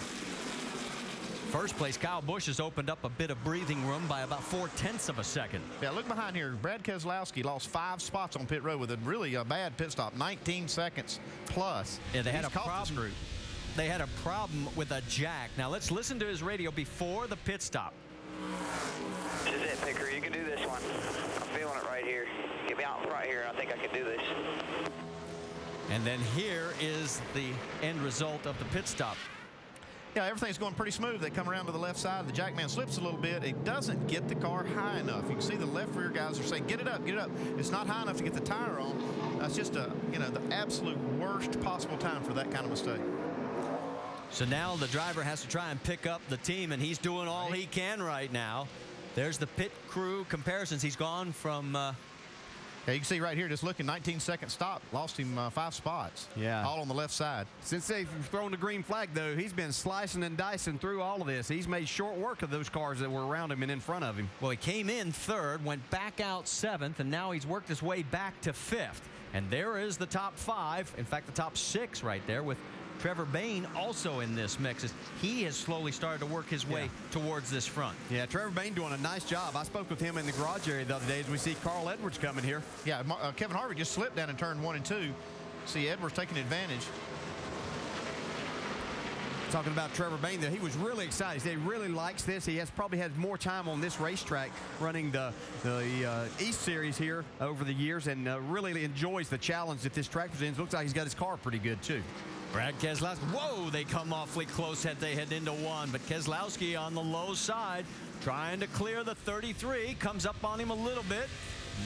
Oh, and just barely Harvick tries to stay, and he is still out there. They bang a little bit on each other. Hey, Brad better be careful right there with Mr. Harvick. He can see a big chunk of his points lead go down the drain. Right now, you mentioned the points. It's exactly where we started, 237 based on where the 2 top contenders are. There goes the 60 with Brad Keselowski right behind. All right, let's get an update on Kevin Harvick's situation, Vince. Well, you just saw that little bit of contact with the 22. Harvick came on the radio right after that, but he did not have harsh words for Keselowski. In fact, he just said, I'm loose at the beginning of the run. It gets so much better, but early stages of the run, the car's really loose. That's what he's dealing with right now. All right, thanks for the update, Vince. 41 laps to go. 7 away from another record. That's what Kyle Busch is. If he leads 7 more, it becomes the all-time lap leader in series history, passing Mark Martin. 2 laps away from another record for Kyle Busch, and that's all he needs to become the all-time lap leader in NASCAR Nationwide Series history. His margin right now, a half a second over teammate Joey Logano. Carl Edwards is 2 seconds behind. Brad Keslowski is in 4th. Kevin Harvick rounds out the top 5. And every time we think he's probably done about everything he can in a series, here he comes with another chance at the record book. Yeah, just incredible. And it's going to be in 45 less races than what Mark Martin took to do that. So just amazing. He set or tied 9 records just last year alone. And here we come now as he's now led 91. There it is. He has 8,083 laps led, a new all-time record. Sorry, Mark. It was a worthy adversary, though, as he has dazzled us with some brilliant moves on the racetrack. Right now, he's dazzling his teammate, Joey Logano, with a good view of his back bumper. Let's go back a little bit further in the field. Remember we talked about 2 drivers that were sort of trying to rehabilitate their careers? Well, there they are, running nose to tail, Reed Sorensen and Elliot Sadler. Doc? And you heard Dale Jarrett talk about the beginning of the show, how he went back and ran what was then the Busch Series and was able to get the ride with Joe Gibbs and then take his career back to the top of the Daytona 500 win. That's what Reed Sorensen is trying to do with the 32 car. He has run 10 races this year in that car, and he has got 8 top 10 finishes, 4 top 5s. A lot of people say, well, this young man can drive. That's why he was hired this week to come in and fill in the 83 car. So he will drive the Red Bull Sprint Cup car the next 3 events and will also run as many as 4 more Cup races with this Nationwide team. Vince. Well, and a variety of different drivers have been in the 88. Jamie McMurray was in for Junior Motorsports for a while. Ron Fellows had a good run, second last week at Road America. Elliot Sadler in this week for the first of 10 Nationwide Series races. And Sadler's also run some truck races, a handful for Kevin Harvick, and has performed very well. Elliot says it's been a big confidence booster for him, and he really wants to do well in this Junior Motorsports car. He and Dale Jr. have been friends since their late model days as teenagers. He said, I want to run well for Junior. He's got a top 10 run going right now. All right, thank you, guys. All right, leader is in race traffic right now. There is Kyle, and he's got the 05 of Willie Allen. Michael Annetti's already gotten around. Now, just a few moments ago, the 05 and 15 had their own issues. Yeah, they've been racing really hard just before these leaders caught them. I don't know what's going on here, but you see them getting together a little bit on the back straightaway. Oh, a couple of times. Bet Kyle Busch is glad they sorted it out before he got by him. Yeah, the 15, Annette's lucky he doesn't have a cut left rear tire out of that exchange, but everything's good. And Kyle just, when they get in traffic, he just makes such short work of whatever these guys are doing, and he just opens that lead back up. Speaking of our leader, there is Kyle Busch. He's coming up on Mike Wallace. Mike has 3 laps down, 26th place, and also Danica Patrick. She is right now 31st, 4 laps behind, soon to be 5. Doc, give us an update on the 7. Marty, we're talking at the top of the show that all they wanted her to do was come to this very, very difficult racetrack and get laps and get better each and every lap. And that is indeed what she's done. That's that little shunt early on with Morgan Shepherd. She has been very impressive the last 60 or 70 laps, picking up her lap times. When she got here in practice on Friday, she had trouble backing off, going in the corner. She was giving up about a second, entering 1, entering 3. She has gotten better and better. Very impressed Tony Eury Jr. and his crew and what Danica Patrick has done and what she has learned here at New Hampshire today. Thanks, Doc. And you can see right now still 31st on the board with now 27 laps to go. So we're almost to the 175 mark. I'm sure our race leader would love to have this race over at lap 175, but we're going to lap 200.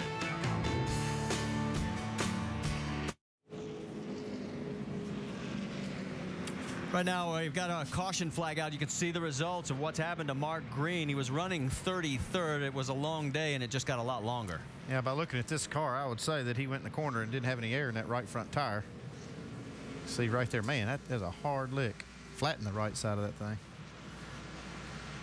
So, as I said, actually, I should correct myself. It's our 4th caution. The fewest cautions we've ever had here is 3. Take it to the garage, Mark. Take it. Man, you hit hard here. Yeah, you do. You don't realize the speed that you're carrying, and you don't, even though the wall's out there, you're running down on the bottom, you just can't get the car slowed down, especially in situations like that where it probably blew going into the corner. So it'll tighten up this race lead one more time. We'll step aside briefly. Remember, we've got 22 laps to go to decide it. Does Joe Gibbs Racing win it? If so, which one?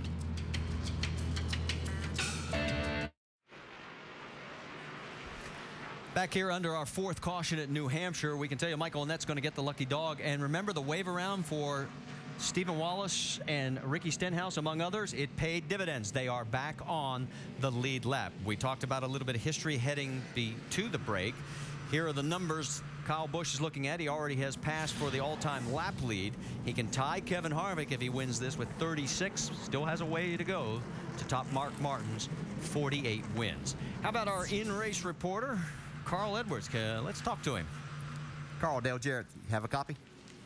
Yeah, I got you, Dale. All right, man. Didn't want you to think we'd forgot about you. Said we were going to talk to you. We talked in the pre-race show, and I asked you the question, were you up to where the Gibbs cars and the Penske cars were? You're right in the middle of them. Have you got anything for them? I don't know, man. I was just telling Drew, you know, the 18's got 2 tires, I guess. 20's real fast. Maybe they'll start racing real hard. I could steal this thing from them. That'd be great. We've been really good on restarts with this Copart Fusion. And Drew's really done a good job in the pits, you know, getting the car like I want it. So I'd say our balance is perfect. It's just up to me and good fortune if we can get this thing. Is there one place that you are struggling with your car any, or you see them beating you? We're struggling just a little bit off the corner, just a little bit, driving off the corner. The car is real good in the center, and it's pretty good in, and just see how this double file restart goes. You know, you just never know what's going to happen here. Okay, man. Good luck. Thanks for talking with us, buddy. DJ, thank you. All right, let's reset it for you. It looks like race leader Kyle Busch is going to take the outside again with Joey Logano. Then Carl in row 2 with Brad Keselowski. Harvick and Bain. And then Allgaier 7th and Menard 8th. Let's quickly go over the wall with our man Ben Steger, the rear tire carrier on the 62 of Brendan Gaughan. All right, here we go. We're going to put this South Point Toyota. Mike's going to take the lug nuts off. Put the new tire on. He's got the tire. Go to the left side. Mike's going to hit these. Put the new one on. 4, 5. Finish. Good stop, boy. Action in the pits, and we're getting ready to have action back out on the track as the green flag flies, and whoa, Joey Logano gets a terrible restart. Yeah, really spun the tires right there. Well, it's a big break for Keselowski, though. You see now he's right on Kyle Busch's rear bumper. Look at Trevor Bain on the high side, guys, as he takes advantage. Yeah, it really hurt Carl Edwards' chances right there, too, because he got trapped in behind Logano. 18 laps to go here at New Hampshire, and the big beneficiary was Kyle Busch. Behind him, it's 2 abreast. Joey Logano, oh, look out, he slides up towards the 22. Yeah, that 20 car is really pushing hard right here trying to get by. Here comes Carl Edwards. Edwards down low is going to take the spot. Trevor Bain's got the inside track right now as well on Logano. Logano is going the wrong direction. Don't know what happened to Logano on that start, but he just did not get going. No, this is the worst thing. These cars with these tires up here on this racetrack makes it so hard. You really have to make sure you keep plenty of heat in them and get them really cleaned off. And Joey just did not make that happen on this before the start of the race right there. You were on board momentarily with Carl Edwards. Could not get underneath the 22 of Brad Keselowski, and it has allowed Kyle Busch to open up about an 1/8 of a second lead. Yeah, he was loving what he was seeing in his mirror. Oh, yeah. As if he needed any help to stay out front. That's Reed Sorensen in the Dollar General car just a little bit further back where we first see our side-by-side action. That's with Kevin Harvick as they go down through the corner. Well, Harvick has really struggled on these restarts today. His car just does not like these cold tires. How about Colin Brown? They're going to try 3 wide there for a moment. Give Brown a shout out. He has had some struggles early in the season. He is 12th right now. And remember, he has had his last 3 finishes of 10th, 10th, and 11th. So the 16 seems to be coming in the right direction finally. Yeah, you can see some of these cars, Brendan Gaughan being one of those that came in and got tires, making their way forward now.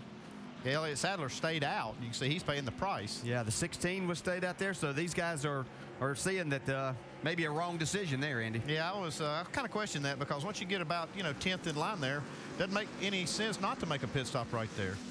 Boy, Jason Leffler right tucked up underneath the 16 as they went into the corner. Here they come out of it at the far end. Meanwhile, there's what it looks like up front. Holding station is Kyle Busch.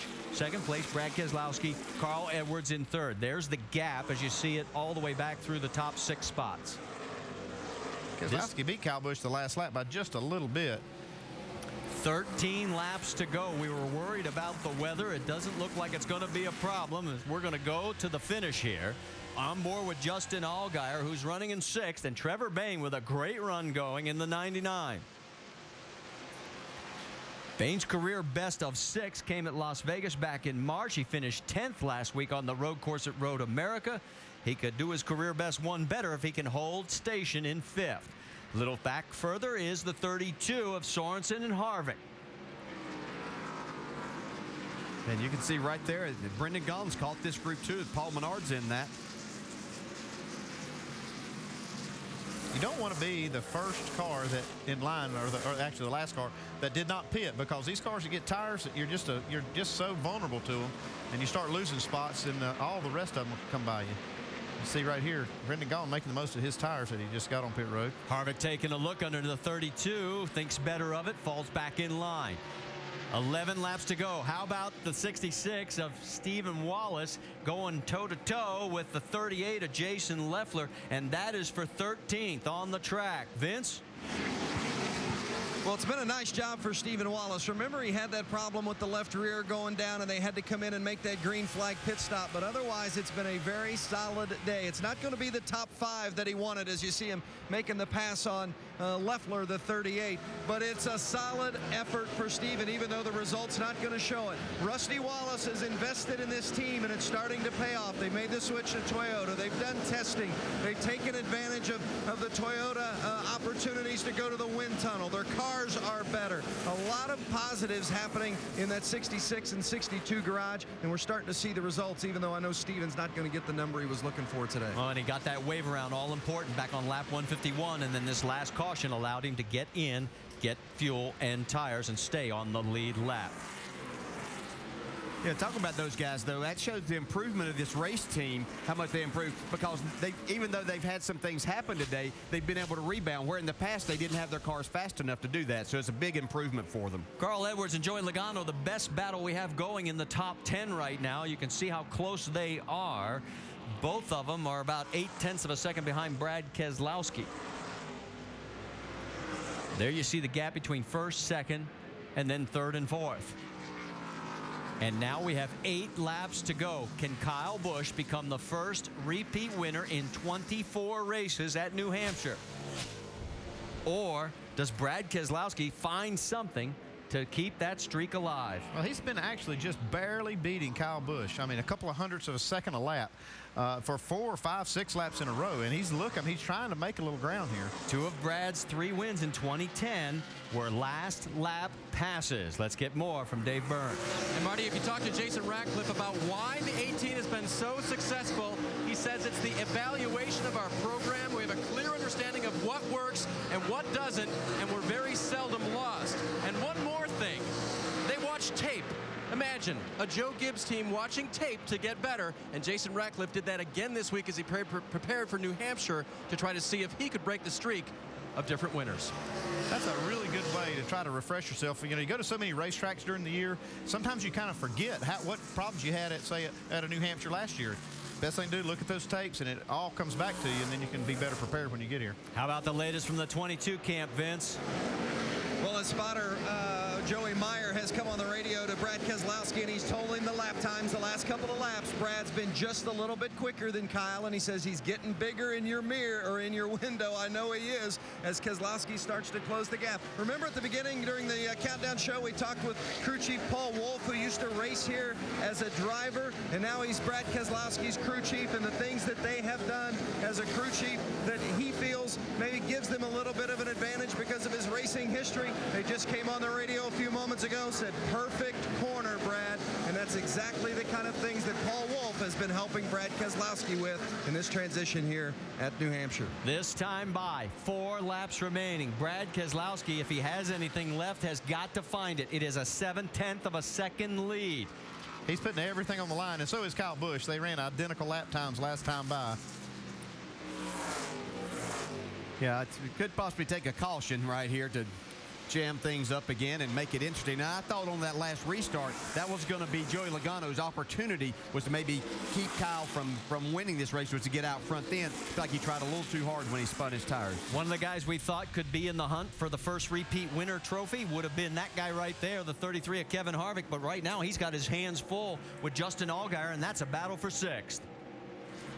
Well, Harvick's now made his way back. His car just will not go on the cold tires once they cool down here, and even with the air pressure bit up, when you're riding around under caution, those air pressures go down some, and that's just not what Kevin's car and what he likes, so it takes him time to get back going.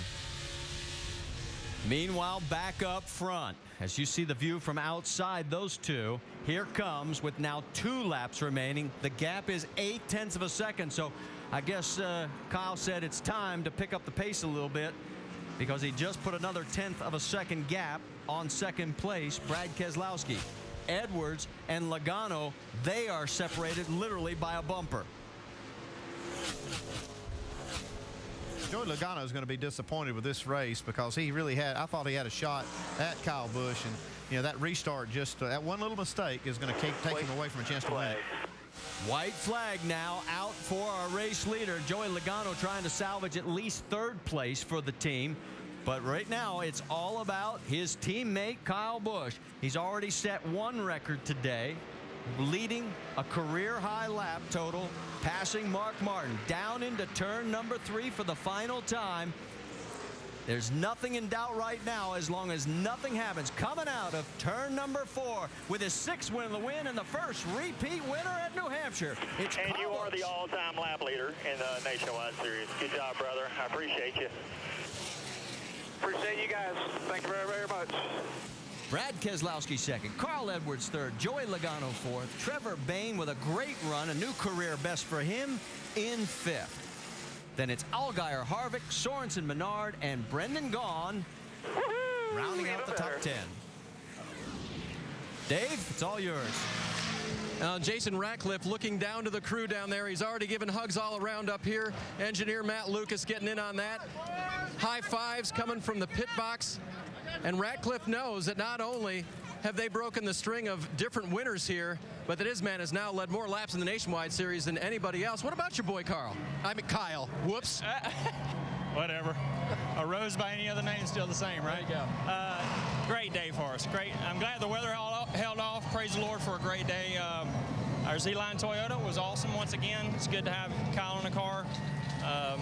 Just a great day. Like you said, all-time lap leader. So a couple of historic moments today. Good day for us. All right. We'll watch Kyle do some burnouts now, guys, as he lights them up on the front straight. And it's colorful smoke as well. I mean, this is a heck of a display. Boys, way to put it together. And some of that sealer on the front straightaway makes that yellow smoke. He broke the record now by 35. He has 8,117 laps led. He ties for 2nd on the all-time win list. This might be one of the all-time best burnouts. I've lost view of him from up here in our booth. There's so much smoke down there. There he is.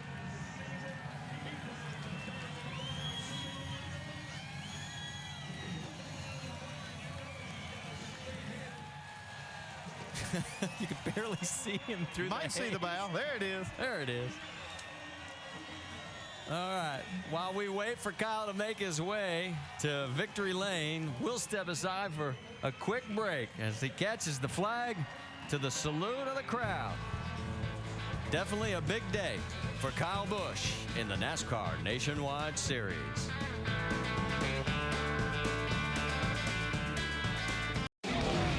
NASCAR Nationwide Series at New Hampshire is brought to you by Nationwide Insurance. Enter this code at CodeSpotter.com for a chance to win a Roush Ford Mustang. And Craftsman, the official tools of NASCAR. So another history-making day for Kyle Busch, and let's send it down to Dave Burns. And let's send it out to Kyle.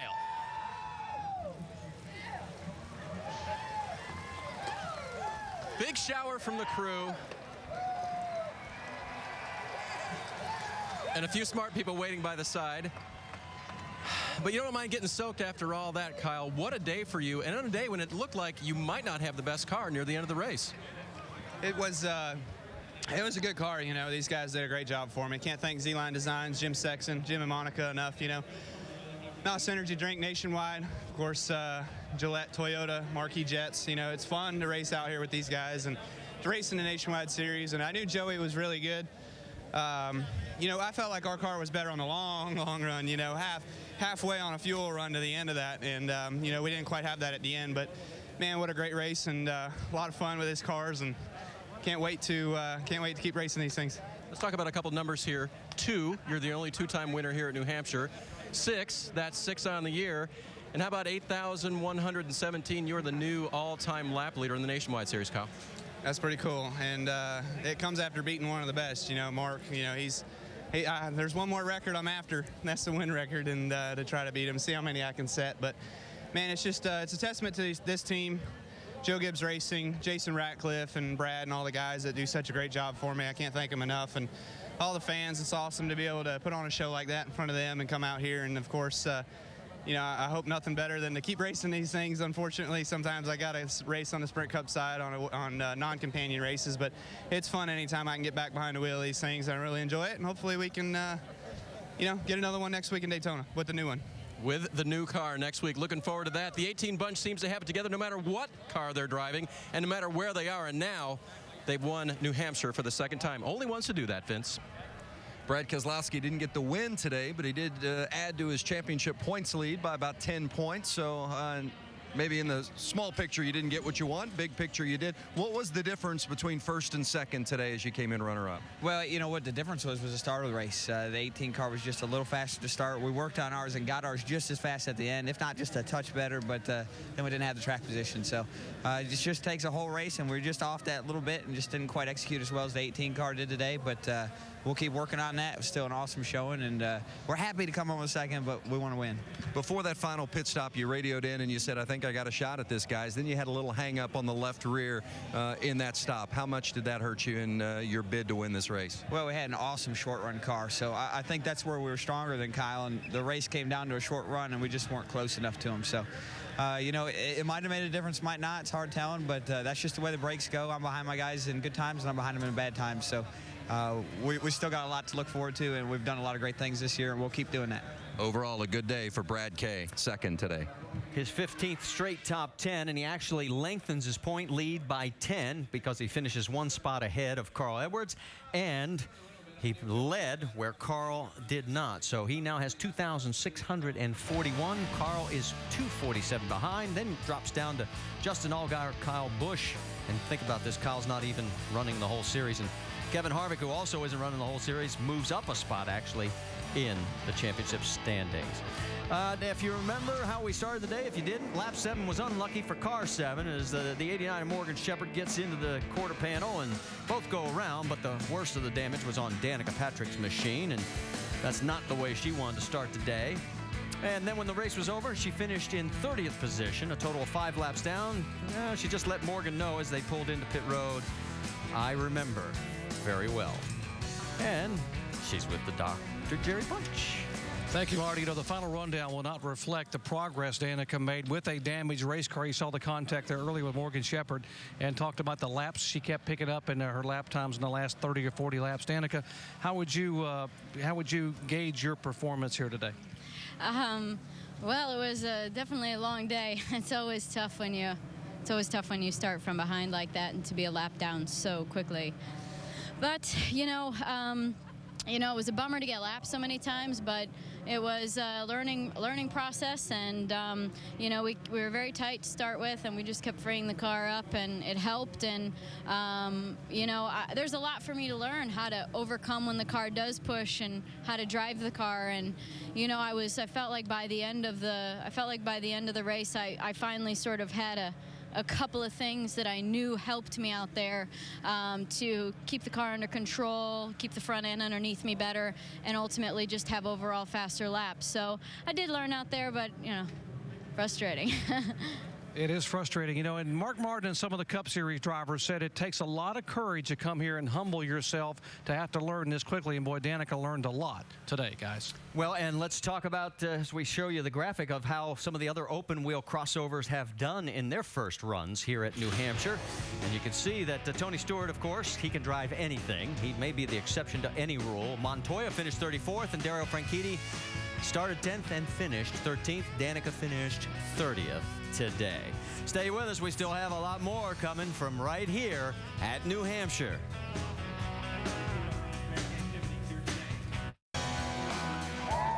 Celebrations continuing with Kyle Busch and the number 18 team for Joe Gibbs Racing. Their 50th win as a team, 24th by Kyle Busch for Joe Gibbs Racing. How about the ticket to the race? Just log on to NASCAR.com/tickets. Our next stop, Daytona, with the brand new car. It'll be the debut, July 2nd, 7:30 Eastern Time. Then we'll head up to Chicago for another Friday night race. And all the way through to the month of September, Labor Day weekend at Atlanta Motor Speedway.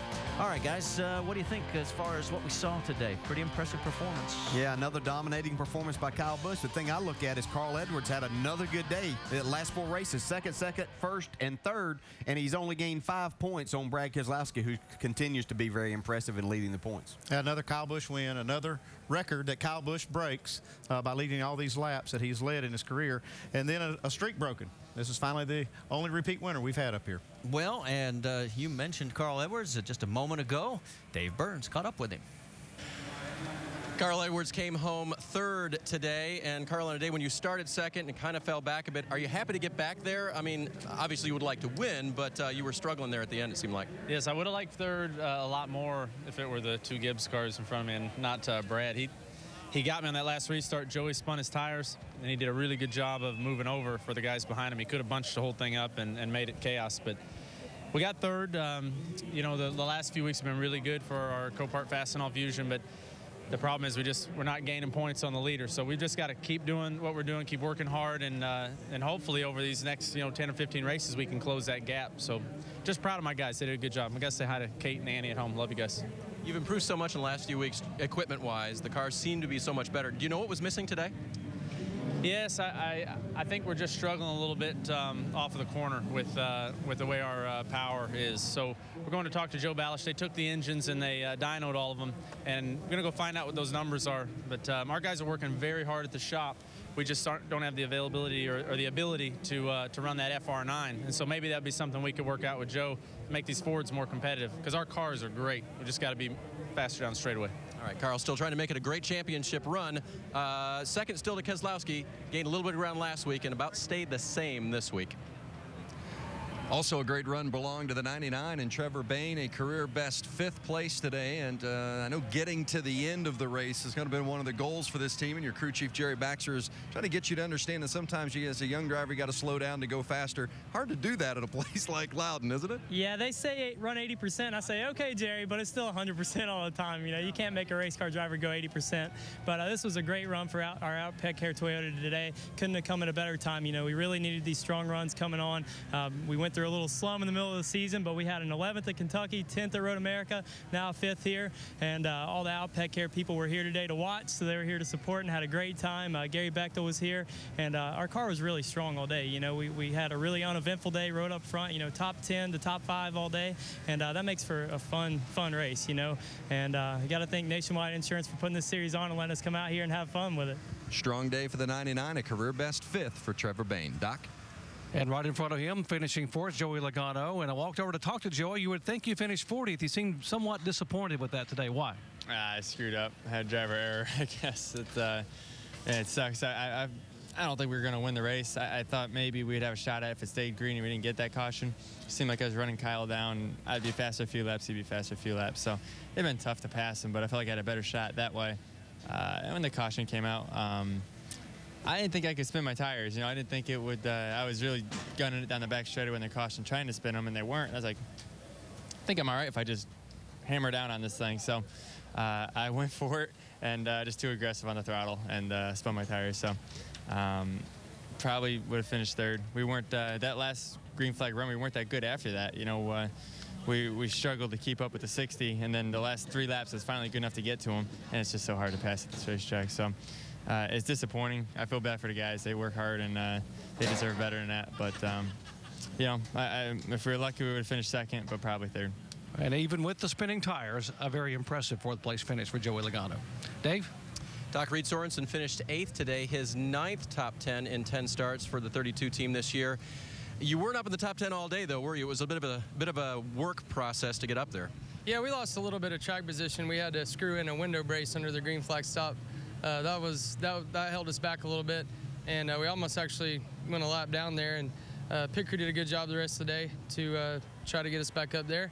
It was really hard for us to pass, so losing that track position didn't help us. But the Dollar General car overall was okay. We were really good going in through the center. We just missed it a little bit on corner exit, so we'll try to get it better before the next short track race, which is Gateway, one of my favorite places. So hopefully we can get a little better before then. All right, Reed, going back to Gateway soon. Love fix that, I think, and they should be pretty good. Marty?